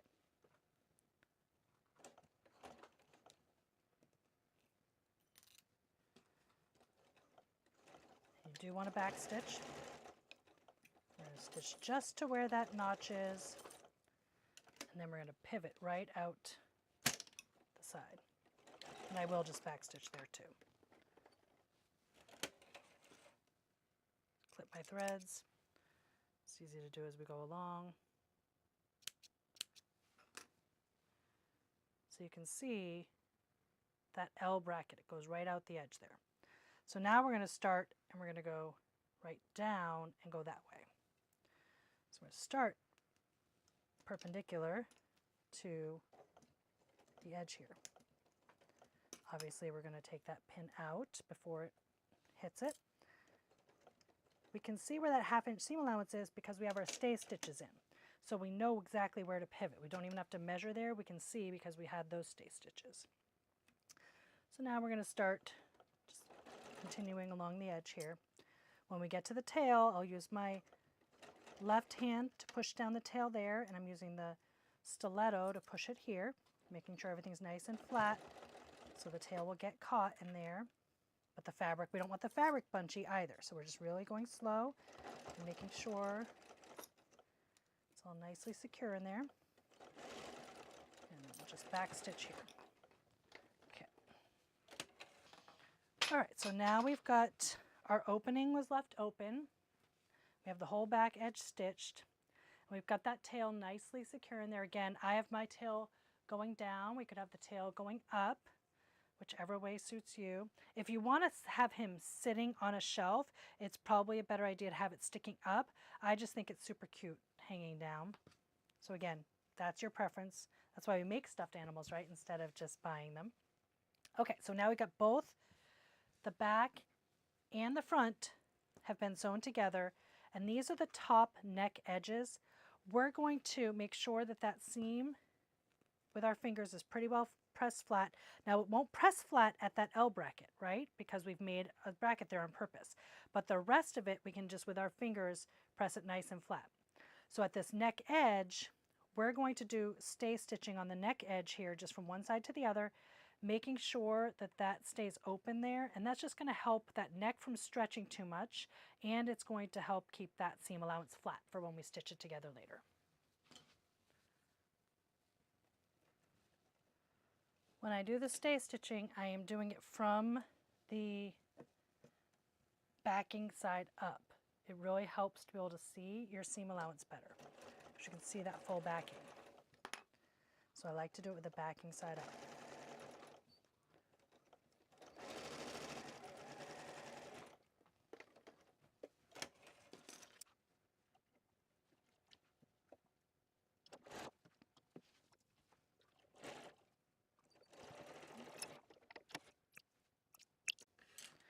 All right, now we have the belly applique. This is the front. So this is like the belly piece. This is the front of the belly. And we've got this cute little applique piece that goes on there. This is going to go right on to here. Now again, this is a place where you could put SF101 or some sort of stabilizer on there before you put it on. I'm just going to figure out where I want it. I want this belly seam to be nice and flat under me, and I want it, relatively centered. There are markings on the pattern piece itself that you could get out and check your markings to put it exactly where it should be. I'm not going to do that. I'm just going to try to center it nicely with the seam allowance, and I'm going to put some pins around. And this one I'm going to do my machine, and we're just going to zigzag all the way around. And when we're zigzagging an applique with Cuddle, especially one like this that is just like a cute little additional feature, As I mentioned before, this is not zigzagging on some words or lettering or something that needs to be a little more exact. This is just a cute little patch. Same with the eye patch. We're going to kind of wing it here, and I'm just going to zigzag all the way around and fluff up the stitches afterwards, so you're not going to really see the stitches. The key is that you want to make sure you're grabbing the backing of the fabric and not just the fluff that's sticking out the edge, because then that applique will come off later. You could also just really, like I said, put some stabilizer in there if you wanted to, but I'm going to do it this way and I think it's going to work out just fine. I am going to switch out my thread to the regular 100% poly instead of this bonded poly because I don't need the thicker thread on this patch in front. So I'm going to do that first. I swapped out my thread for the regular 100% poly thread. I actually put a white in the top, left the gray in the bottom. You don't need to swap it out. That gray will be fluffed up around this white fluff, but I just thought that if I was swapping it anyway, I might as well put in the white because I had it right here. I am going to make my stitch length about a 3, and then I'm going to take my width down to 3.5. I'm not looking for a big zigzag here, but I'm also not looking for a narrow zigzag that's going to, cover the whole edge. All we're doing is trying to tack this down enough that it's going to stay in place nicely and not go anywhere. So we're making sure we're hitting the backing and not just the fluff. You can see here that fluff hangs over quite a bit from the backing.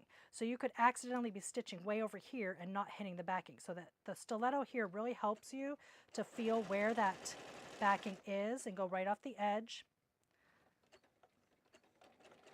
Just get it all the way around. Stitch it down.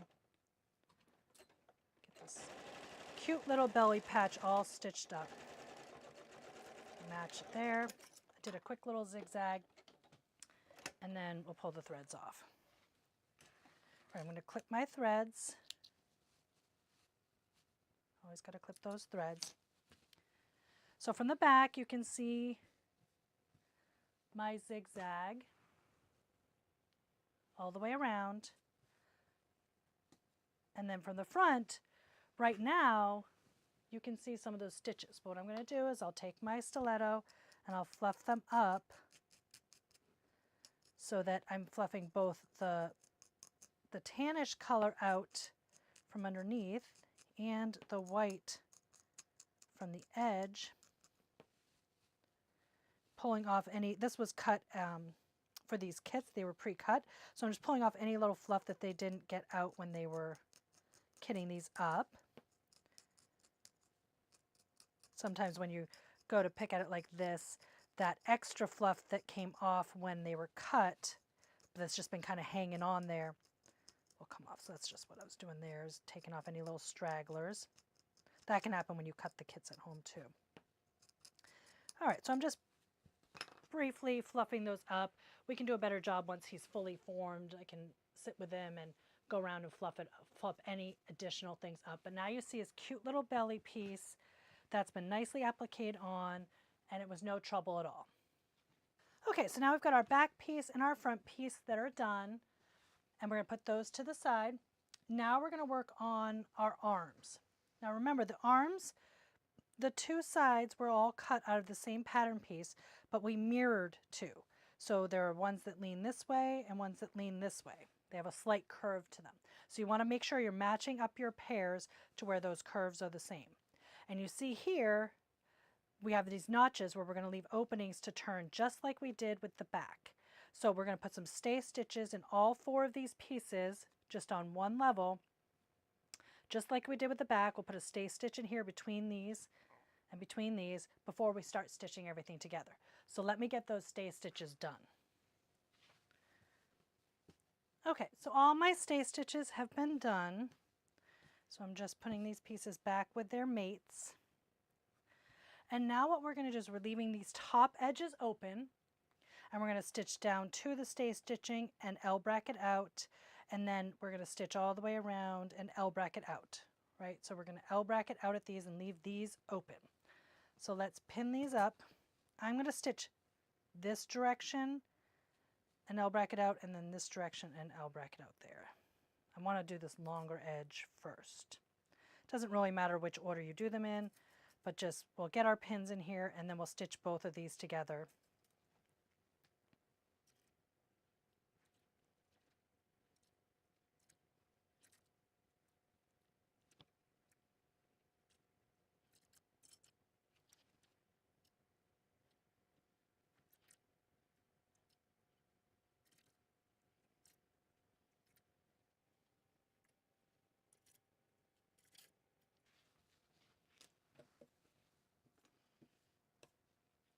All right, now we've switched, we're using that bonded poly again. We had been using the thinner polyester that's not bonded for the zigzag around the belly, and now we're back to the tougher stuff for the seams for the feet, for the legs, for the, for the arms. So let's stitch all the way around, following this curve.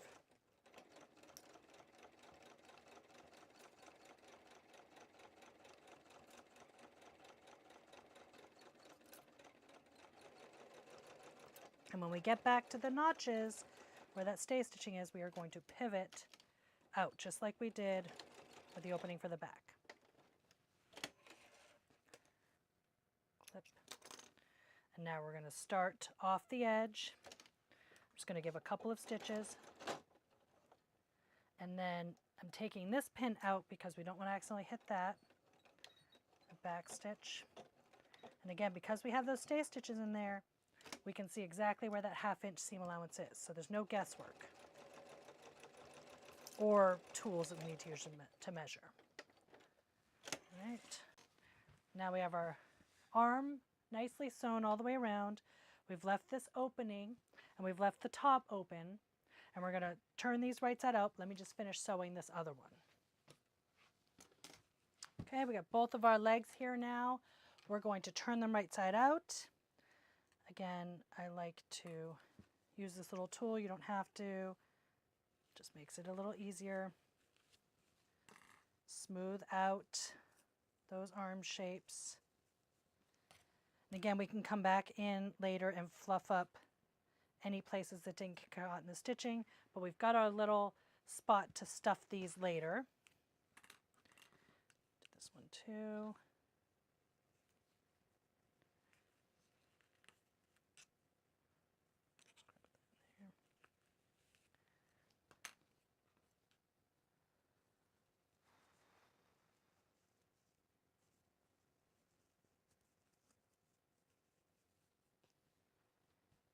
All right, so now we have our 2 arms and the openings to stuff them later. So we're going to baste across this opening.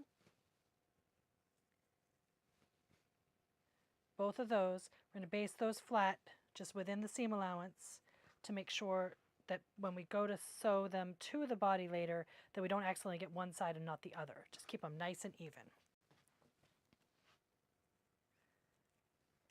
I'm not going to use a pin or anything because I'm really just doing a quick little stitch across to make sure we caught all the layers. It just flattens it a bit. It'll make it easier for us later. Okay, we got 2 arms. We're going to put those to the side. We have 2 different sets of legs, but they're mirrored. So we have A legs and B legs. So the A leg has this V shape at the top, and the B leg has sort of a, almost looks like a crown, like a W shape there. So those are 2 different legs. What is going to happen is we're going to stitch one to the other. So this one's going to get stitched to that one, and then this one is going to get stitched to that one, just like that. Okay, so those are the pairs. Again, we have stay stitching to do here because we're going to leave these open, just like we left the arms, just like we left the back. So we're going to do 4 stay stitches here, 4 rows of stay stitching. Let me get those done. Okay, so everything's been stay stitched, and now these are our pairs. We've got a V, and then we got that W-ish shape in the back there. So these are going to get stitched all the way down this curve into the bottom of the foot, and then here with an L bracket, here with an L bracket. We're leaving the bottom edge open and we're leaving this top open. I'm going to do the sides with the L brackets first. I think it's better to get that done with so we don't really have to think about it too much. So let's do those sides. We are going to pin them up.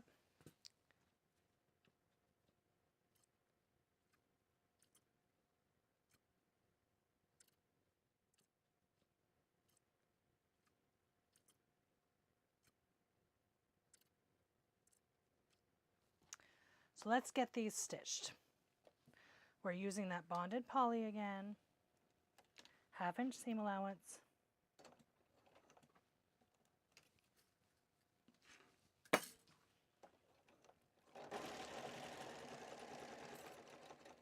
Right to that.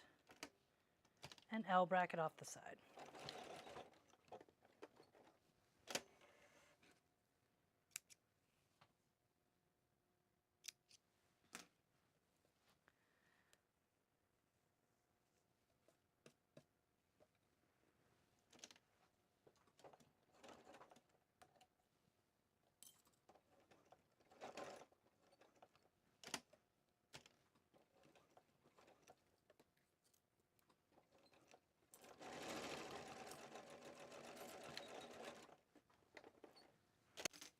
Okay, so those are nicely sewn up now.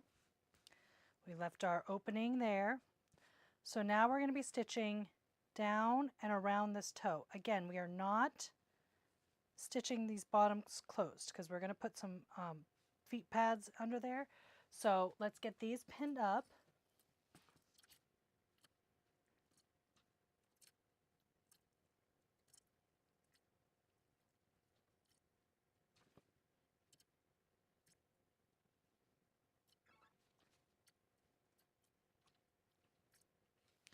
Everything's pinned. Let's get it stitched.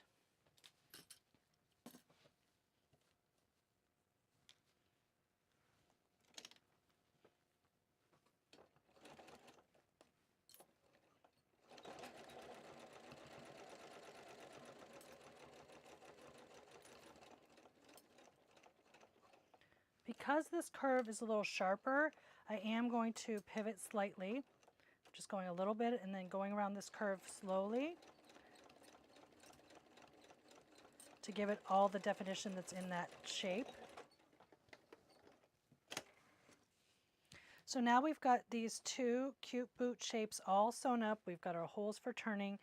Top is open, bottom is open. We're going to put these foot pads right into the bottoms. So here we're sewing circles into this shape. So this is where things can get a little tricky. So what I do is we have notches on each of these, one notch there, one notch there, and then we've got the two seams, which I'm going to press flat with my fingers. So each of these notches on a foot pad is going to match up with those. We're going to have the foot pad flat down, and we're going to put this shape onto it. So right sides together, I'm just matching the notch on one of the edges with the toe of the boot. I'm marking this notch to that next notch. So that's a side boot notch to a notch on the foot pad.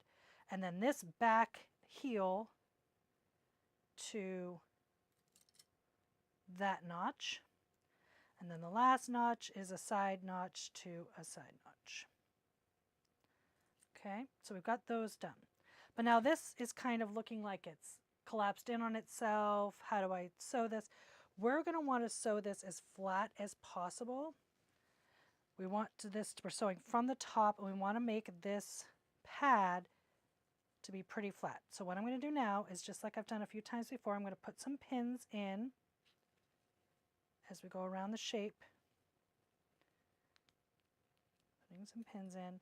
And then I'm going to come back in and put more pins, but those backward facing ones that come up from the bottom and down instead of down from the top up. All right, so now I'm going to start putting some of those backward facing ones in.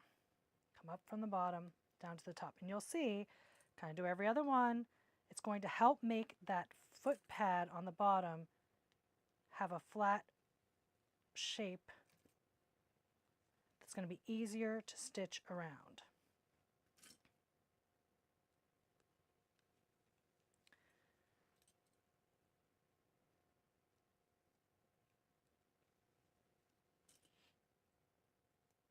And this may feel like overkill with pins, but by putting these backward ones, see already that's smoother.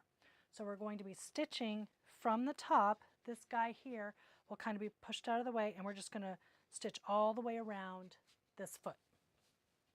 Let's go back to the machine, and we'll just put this nice, see how it sits nice and flat. That foot pad is resting pretty flat there right down on the machine, which is great. You can see that there's a pin back there, but it's behind the needle, so it's not going to get hit. I'm going to back stitch a couple, and then I'm going to be taking these pins out as we go, making sure this part here just kind of moves around with us. We're not wanting to get that caught. Making sure everything's nice and smooth as we go around, keeping that 1/2 inch seam allowance. Moving, shifting, shifting.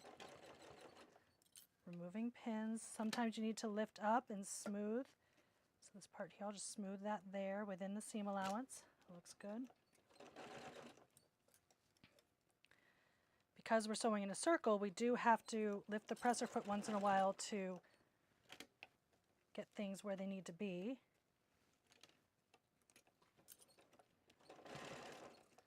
Again, just be mindful of all those pins. And move things to the side as you go along. Keep going all the way back around.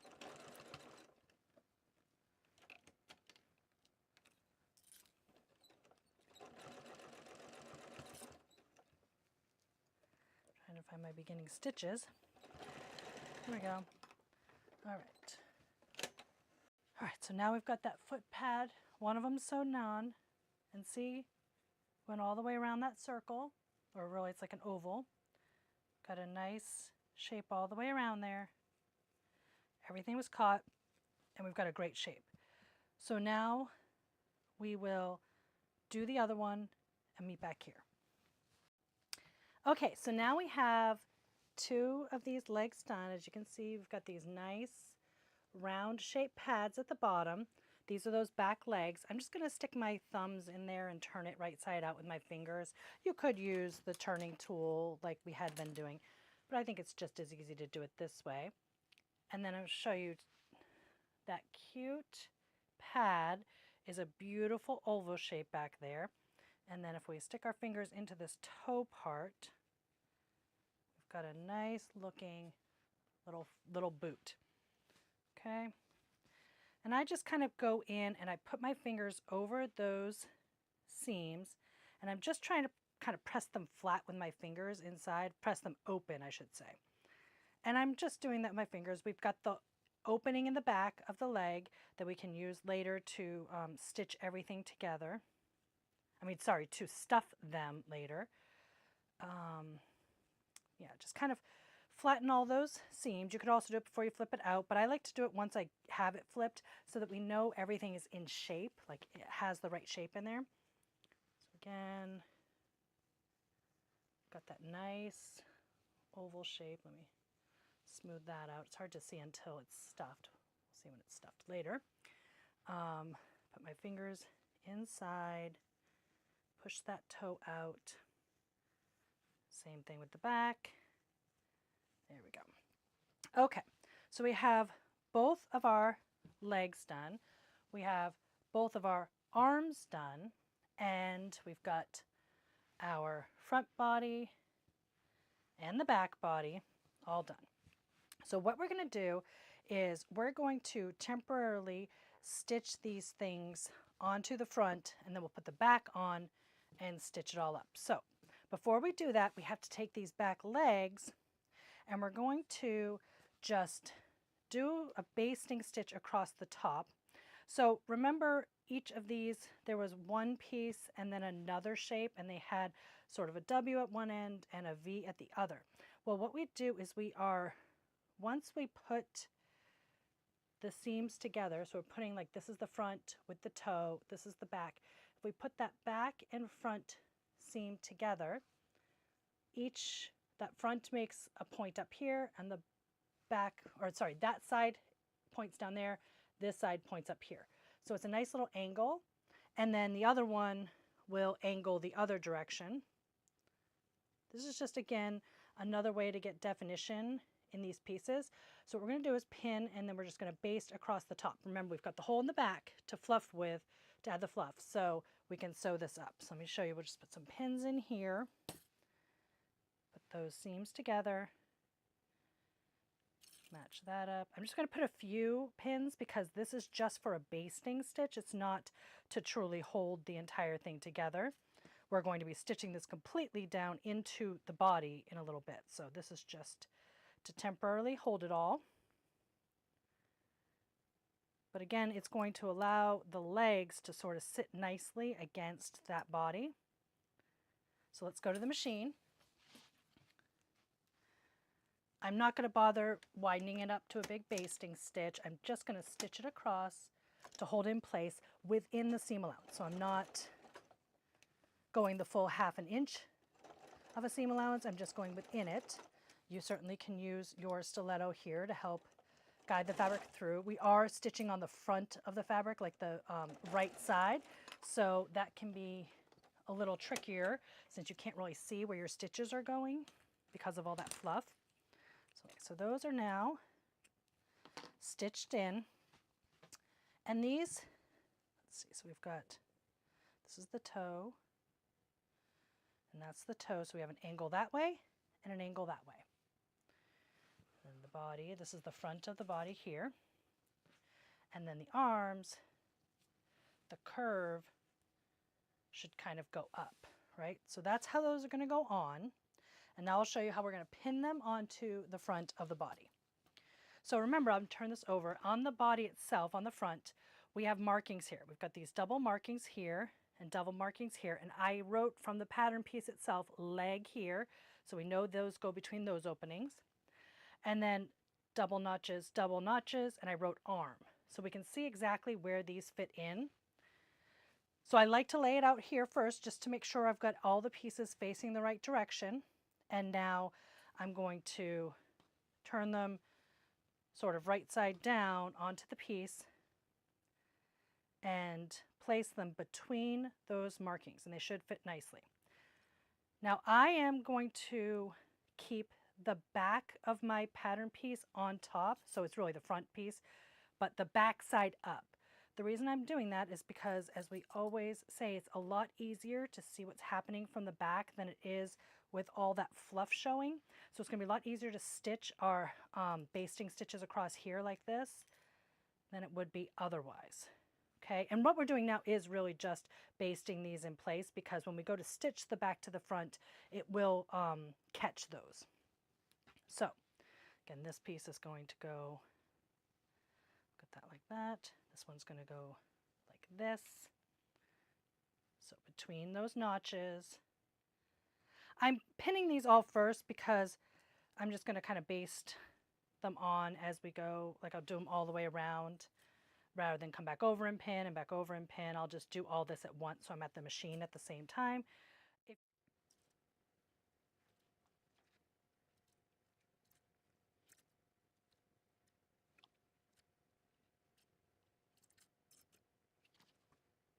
Now we'll go to the machine and I will just baste, baste, baste, and baste.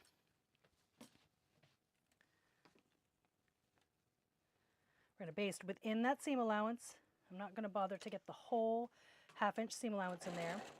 The other thing this basting is doing, because I'm not widening the stitch and really making it a true basting stitch, it is just keeping that arm extra secure. All these limbs, they'll just be extra secure in there, so that if hands are tugging at it later, it's not going to accidentally rip off, right? So I don't mind that it's adding a little extra security.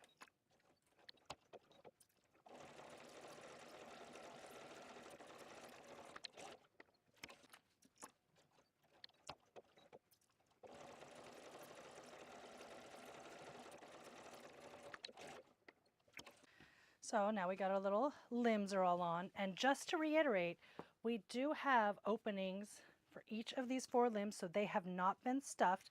We did pre-stuff our tail onto the back later, but that's fine.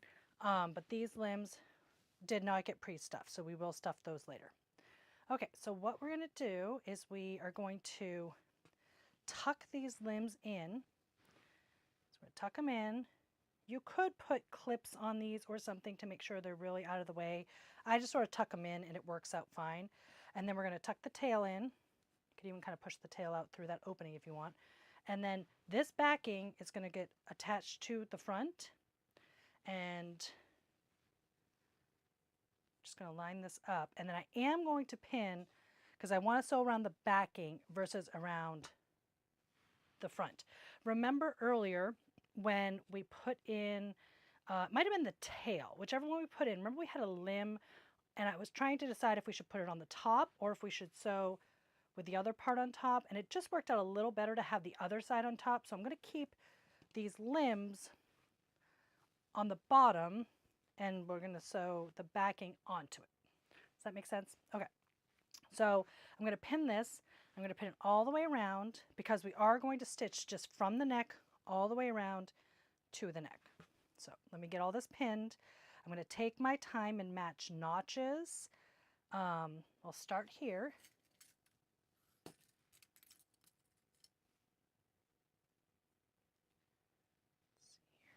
There's a notch there, so I'm going to match a notch.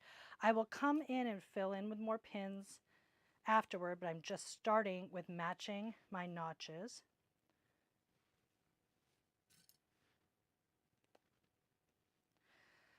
And then here, and this is mentioned in the pattern, if we want to give less bulk, we can take the dart that's in the front and the back and make them go away from each other. It's not imperative, but that does keep the bulk away. So just kind of do that. Again, start matching some notches. And we're making sure that we're not catching any of the extra part of the limbs in this seam allowance with these pins. We're just catching the edge, the raw edge of the limb to catch it in that seam allowance. Now on this bottom seam, it should match with the bottom seam of the front. And I like those seams pressed open with my fingers. So I'm just going to make sure they're pressed open. If you prefer to press them to a side, one side or the other, that's fine too. Cuddle fluffs it up so much afterward that it might not even be necessary. I just like to keep everything nice and smooth. I'm sort of tucking these pieces back in as I go, making sure they're as flat as possible on the edges where the seam allowance is, but nothing else is being caught in that, won't be caught in the stitching. Okay. And again, because I pushed this one up on the backing, I'm going to push this dart up and the front dart back just to match. I don't think it really will matter when it comes to how it looks later, but just for my sake, I like to kind of match it up. Just good practice to do that. It's this notch and this notch there. And then we're back at the neck. You see this little leg is sticking out there. I'm just going to, or it might have been an arm. I'm just going to push that back under. Okay. So that part's pinned. I'm then going to kind of fill in with a few more pins and then we'll stitch it up.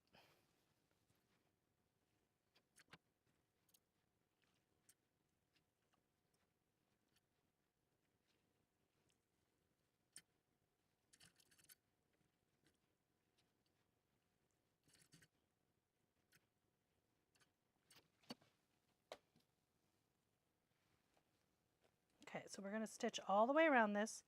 Now we're using that 1/2 inch seam allowance. I'm going to get my stiletto, make sure I've got it all set up to go. Use our 1/2 inch seam allowance. Back stitch up by the neck. You want that needle to be in the down position. All right, so start working our way around. Every once in a while I like to lift up and make sure nothing is pulling or curling up. Those pins that I put starting from the back side up do kind of help to keep that backside seam allowance from wanting to curl up on you too, especially in the tougher spots like where the limbs are. So just double check that everything is seated correctly underneath. And just stitch around.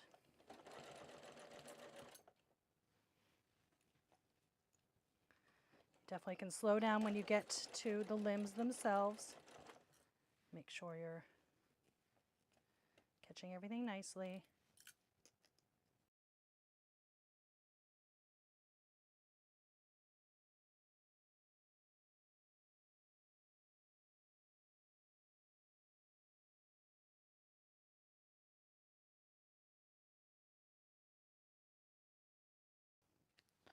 All right, so now we've got this guy right now. It's looking like a little turtle. It's all bundled up. So we're going to keep this guy right side out for now because we are going to put the head on, and we want to put the head right side out into here and then stitch it to the right side that's inside. So let's see how that's going to work. We can see the belly patch in front there. So this is the front. We see that applique. So we want to make sure the front of the face is going to be stitched there. So I'm going to put his ears in, get him in there, get his little muzzle in, and then this is that front seam underneath the muzzle is matching up with this seam here. Now if we were to try to make this neck flat onto the sewing machine, we're going to struggle a little bit. So what I want to do is I want to stitch from the inside, and I can just stitch around. You'll see as we get to the machine. So I'm going to stitch from this face side instead of from the outer body side. So I'm going to pin this in here. It's a narrow opening on the neck, but it's not super narrow. So it's definitely doable. It's just going to really help us to go from this inside. So let's get this pinned. Once I get a few pins in, you guys can see what's going on. So I'm going to then, let's see, match everything up. So this seam here in the face, the side seam, will match with the body side seam, which is convenient. And then this back of the head will match up with the back of the body. And while I'm here, just remember that we do have this wide opening here in the back that we saved from before. So that's how we can stitch this head on completely and not worry about stitching it up. We can still stuff it through that back and pull it out through the back. So that's part of why we did that. Let's get these all matched up.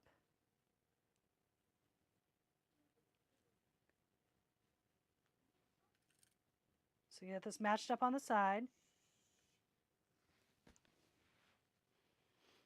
Okay, so we're just going to, we've got the 4 pins in now, and I'm going to fill in with a few more pins, and I am going to kind of do that from the back pin as well. It just sort of holds things from curling too much. All right. If you pin too much, it can be a little stiff in there. So you just want to pin enough that everything is securely in place.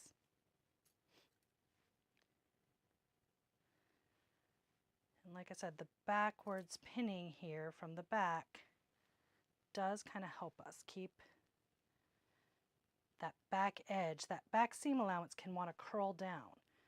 So to keep it from curling down, we can put a pin from the back, and that sort of holds it up.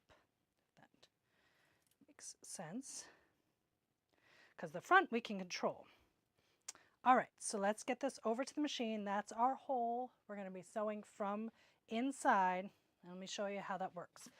This can be tricky if you're doing it with your walking foot on, because the walking foot can be pretty big back here.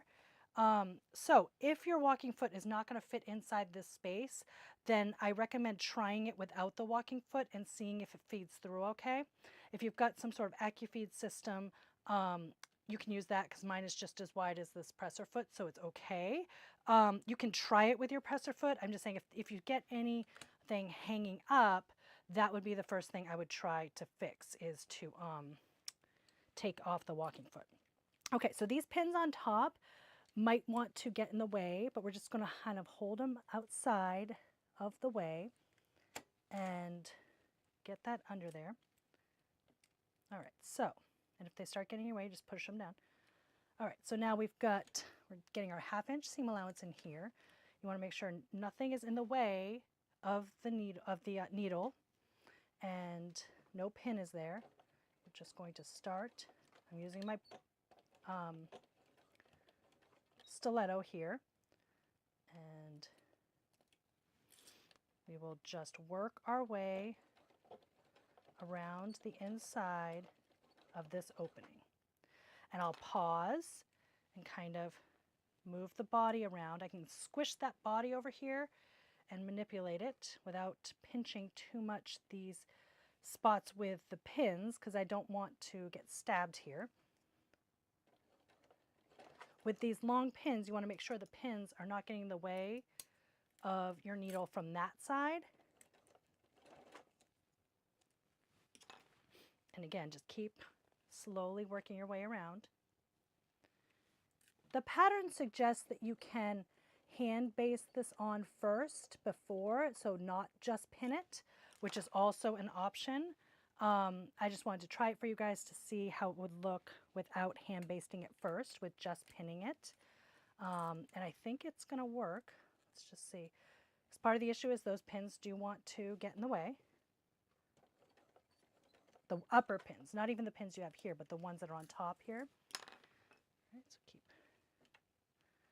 working our way around. Make sure the layers are together, using the stiletto.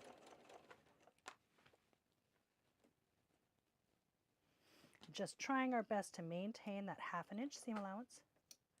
Make sure you get all the pins. Almost went over that one.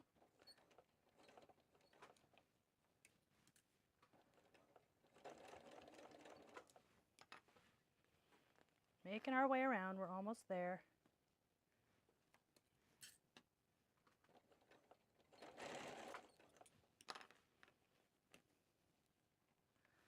Okay, getting close.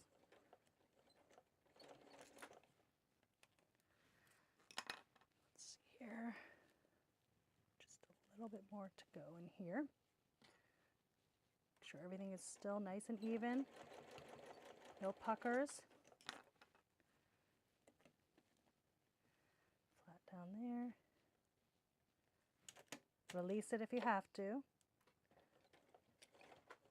That can be helpful to kind of release the presser foot every once in a while to let go of some of the tension on it. Now I need to find my starting stitches. So my starting stitches right there were a little bit too close to the edge. I want to keep that 1/2 inch seam allowance. So I'm just going to stitch past it to where it meets that 1/2 inch, because I did make the 1/2 inch further down here. So let's just do that, so that way that edge is not too narrow. All right, so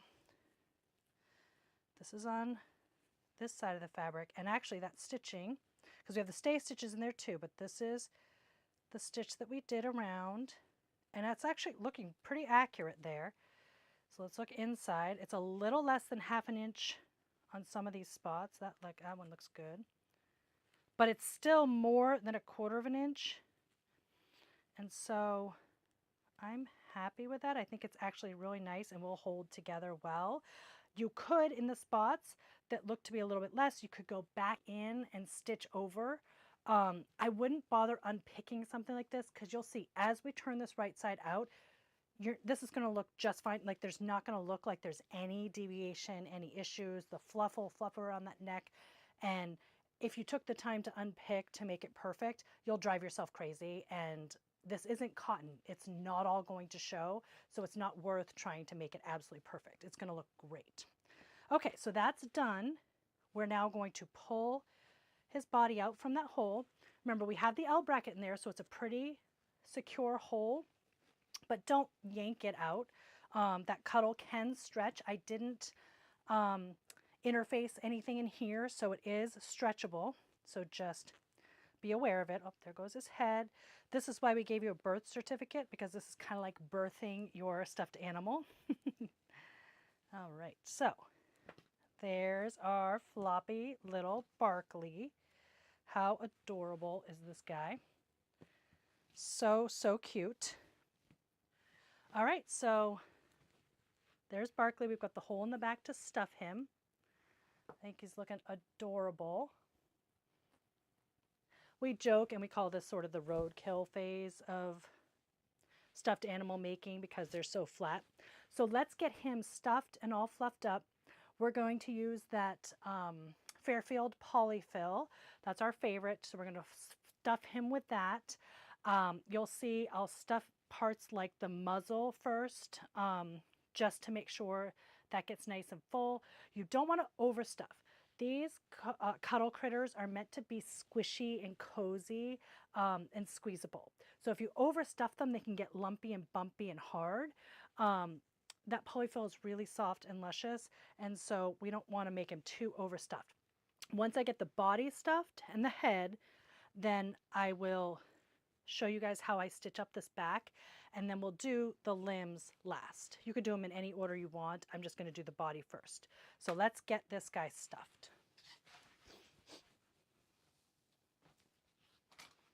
All right, so I just put some fill in there. This just takes some time, and you could do it while you're listening to a podcast or watching a show or something. You want to take your time. Like I said, I kind of fill up the little muzzle. I like to stuff the heads pretty well so that they're pretty sturdy. But again, not overstuffing anything. We don't want them to have a big, thick, pointy head or anything like that. And remember what I said before, I'm not using giant chunks. I'm breaking it up into smaller pieces so that we don't have bumps in there later. So you just keep checking it, looking to see the shape. You certainly can use tools to get in there, but these pieces are not super duper long, and so where the opening is, you can really get your hand in there and stuff it around. All right, so that upper head is looking pretty well stuffed. I kind of like grab at it like that, and I look. There we go. And now I'm going to stuff the bottom of the body. I will come back later and stuff in this neck area so I can make sure the neck is nice and sturdy. But remember, we're not doing the limbs from here. The limbs are going to be separate because we stitched them right onto the body. So we left openings for those. Some patterns have you push out all the way, like they would have you stitch the legs onto the body. It's a little bit easier to do it this way. It just means you have a little more hand stitching. So if you hate the hand stitching, that's not the best, but I don't mind it. I like a good ladder stitch. So it's a lot easier to stuff when you do it this way, and it's a lot easier to sew the body together with the limbs inside without them being super duper stuffed. You saw how I was able to get the tail in just fine, but if all those limbs were tucked inside when we were trying to stitch this guy together, it would have been a lot more complicated. So just kind of seeing as I go how much fluff we're going to need. Get him nicely stuffed. He's already so squishy. I'm just so excited about this guy. Could also be a girl. You guys get to pick a name. You get to decide. We have some cute little add-ons. We've seen some people add a little bow or a bow tie. for Harper, the elephant, there's a cute little sweater add-on that is in the out in the pattern section. Get some more of the fluff.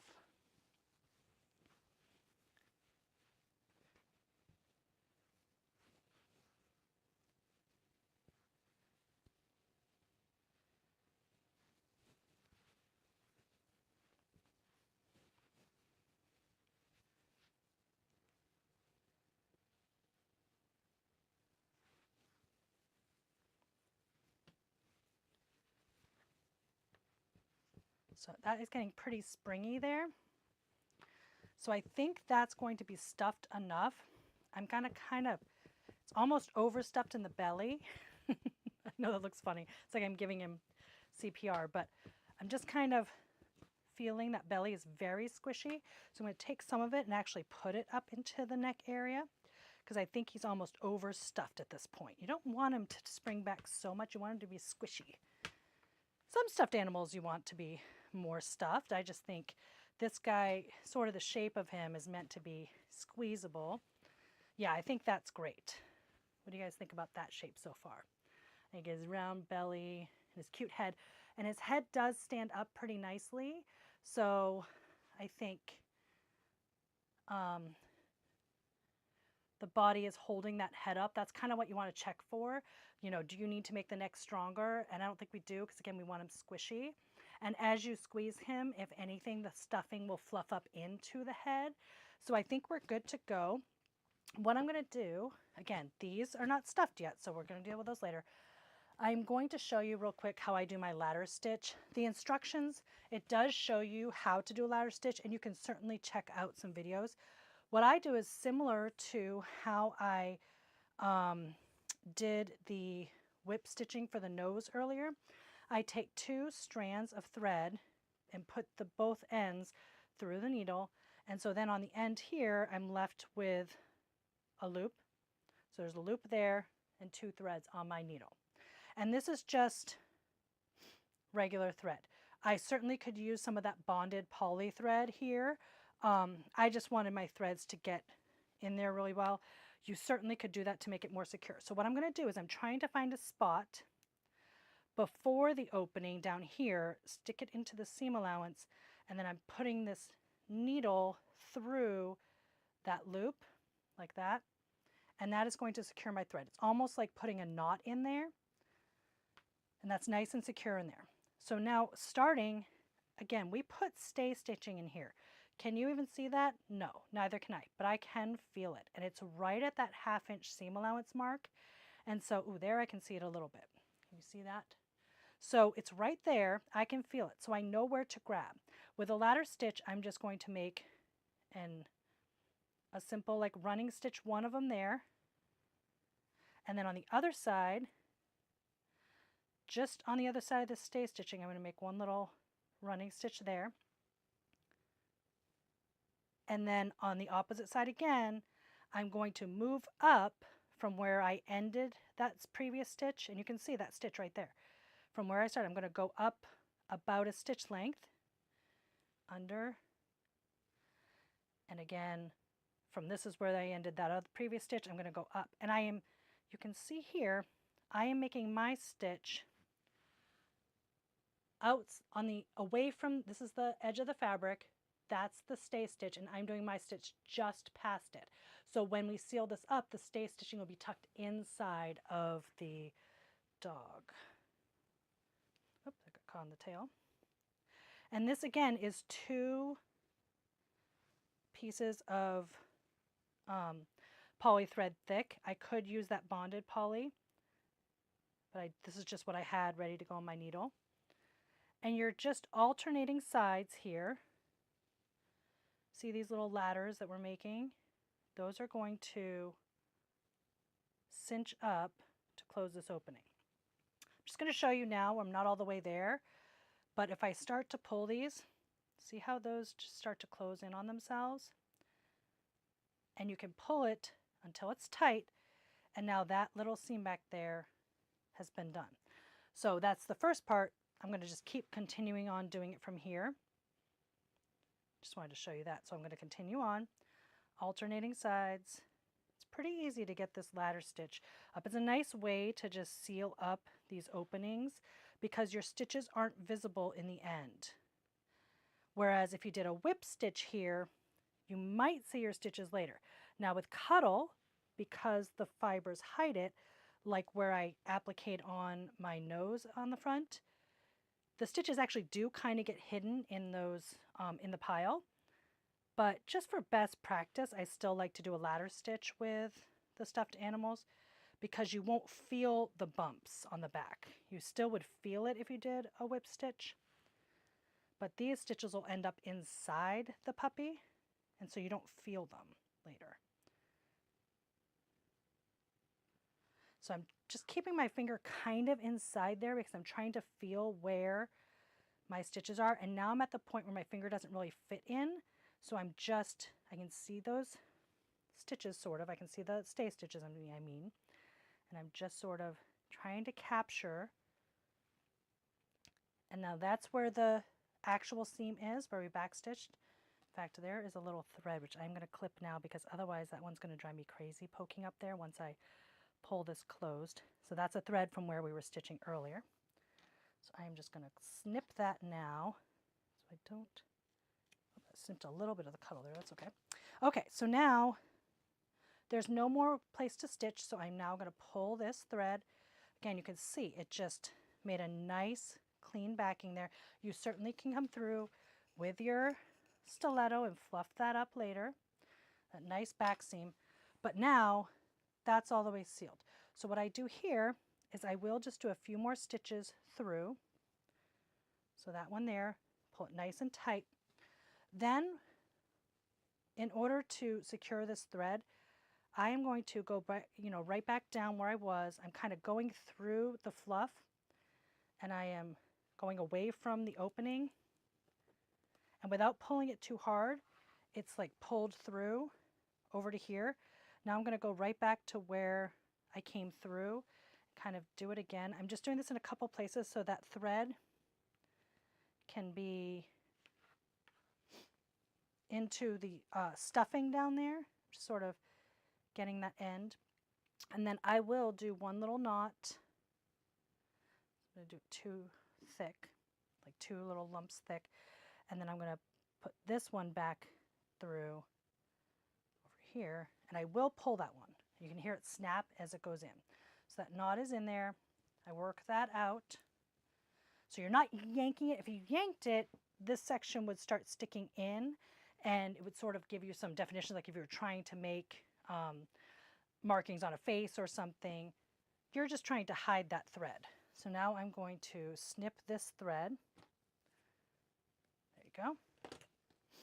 And now that backing is all nice and secure.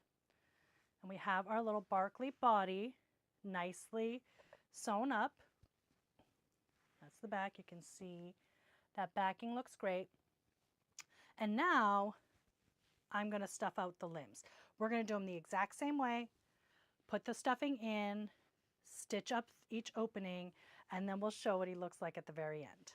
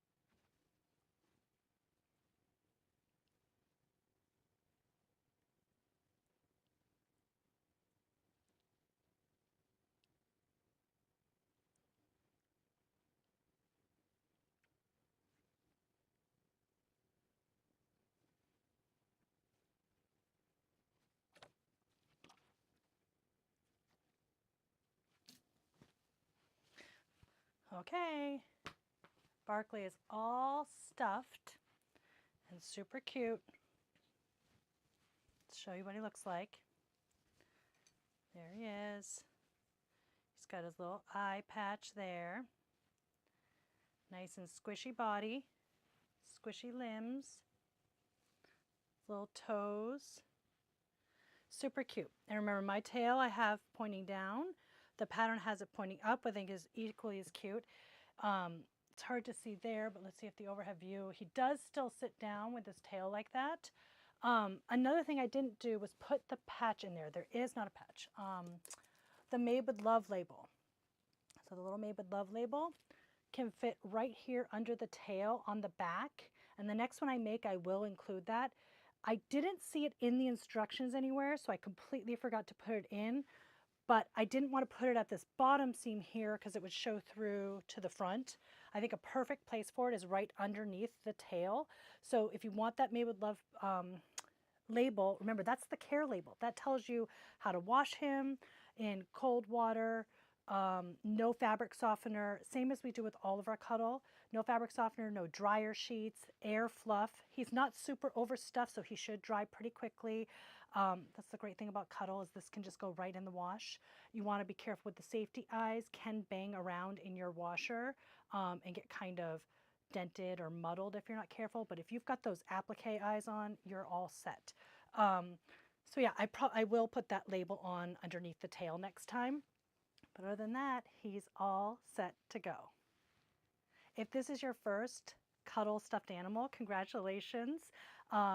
You're now inducted into the Cuddle stuffed animal club. We love, love, love sewing our stuffed animals with Cuddle, and this is a great entry in. All those pieces were cut out for us before. All we had to do is just put them together. I hope this video was helpful for you. If you're looking to up your game on stuffed animals, we do have more videos out in the Cuddle Studio that will tell you all about fun things you can do with your stuffed animals to take them up just a notch. So check those out. We also have a Harper, the elephant video out there that you can look at if you're working on Harper. Happy stitching.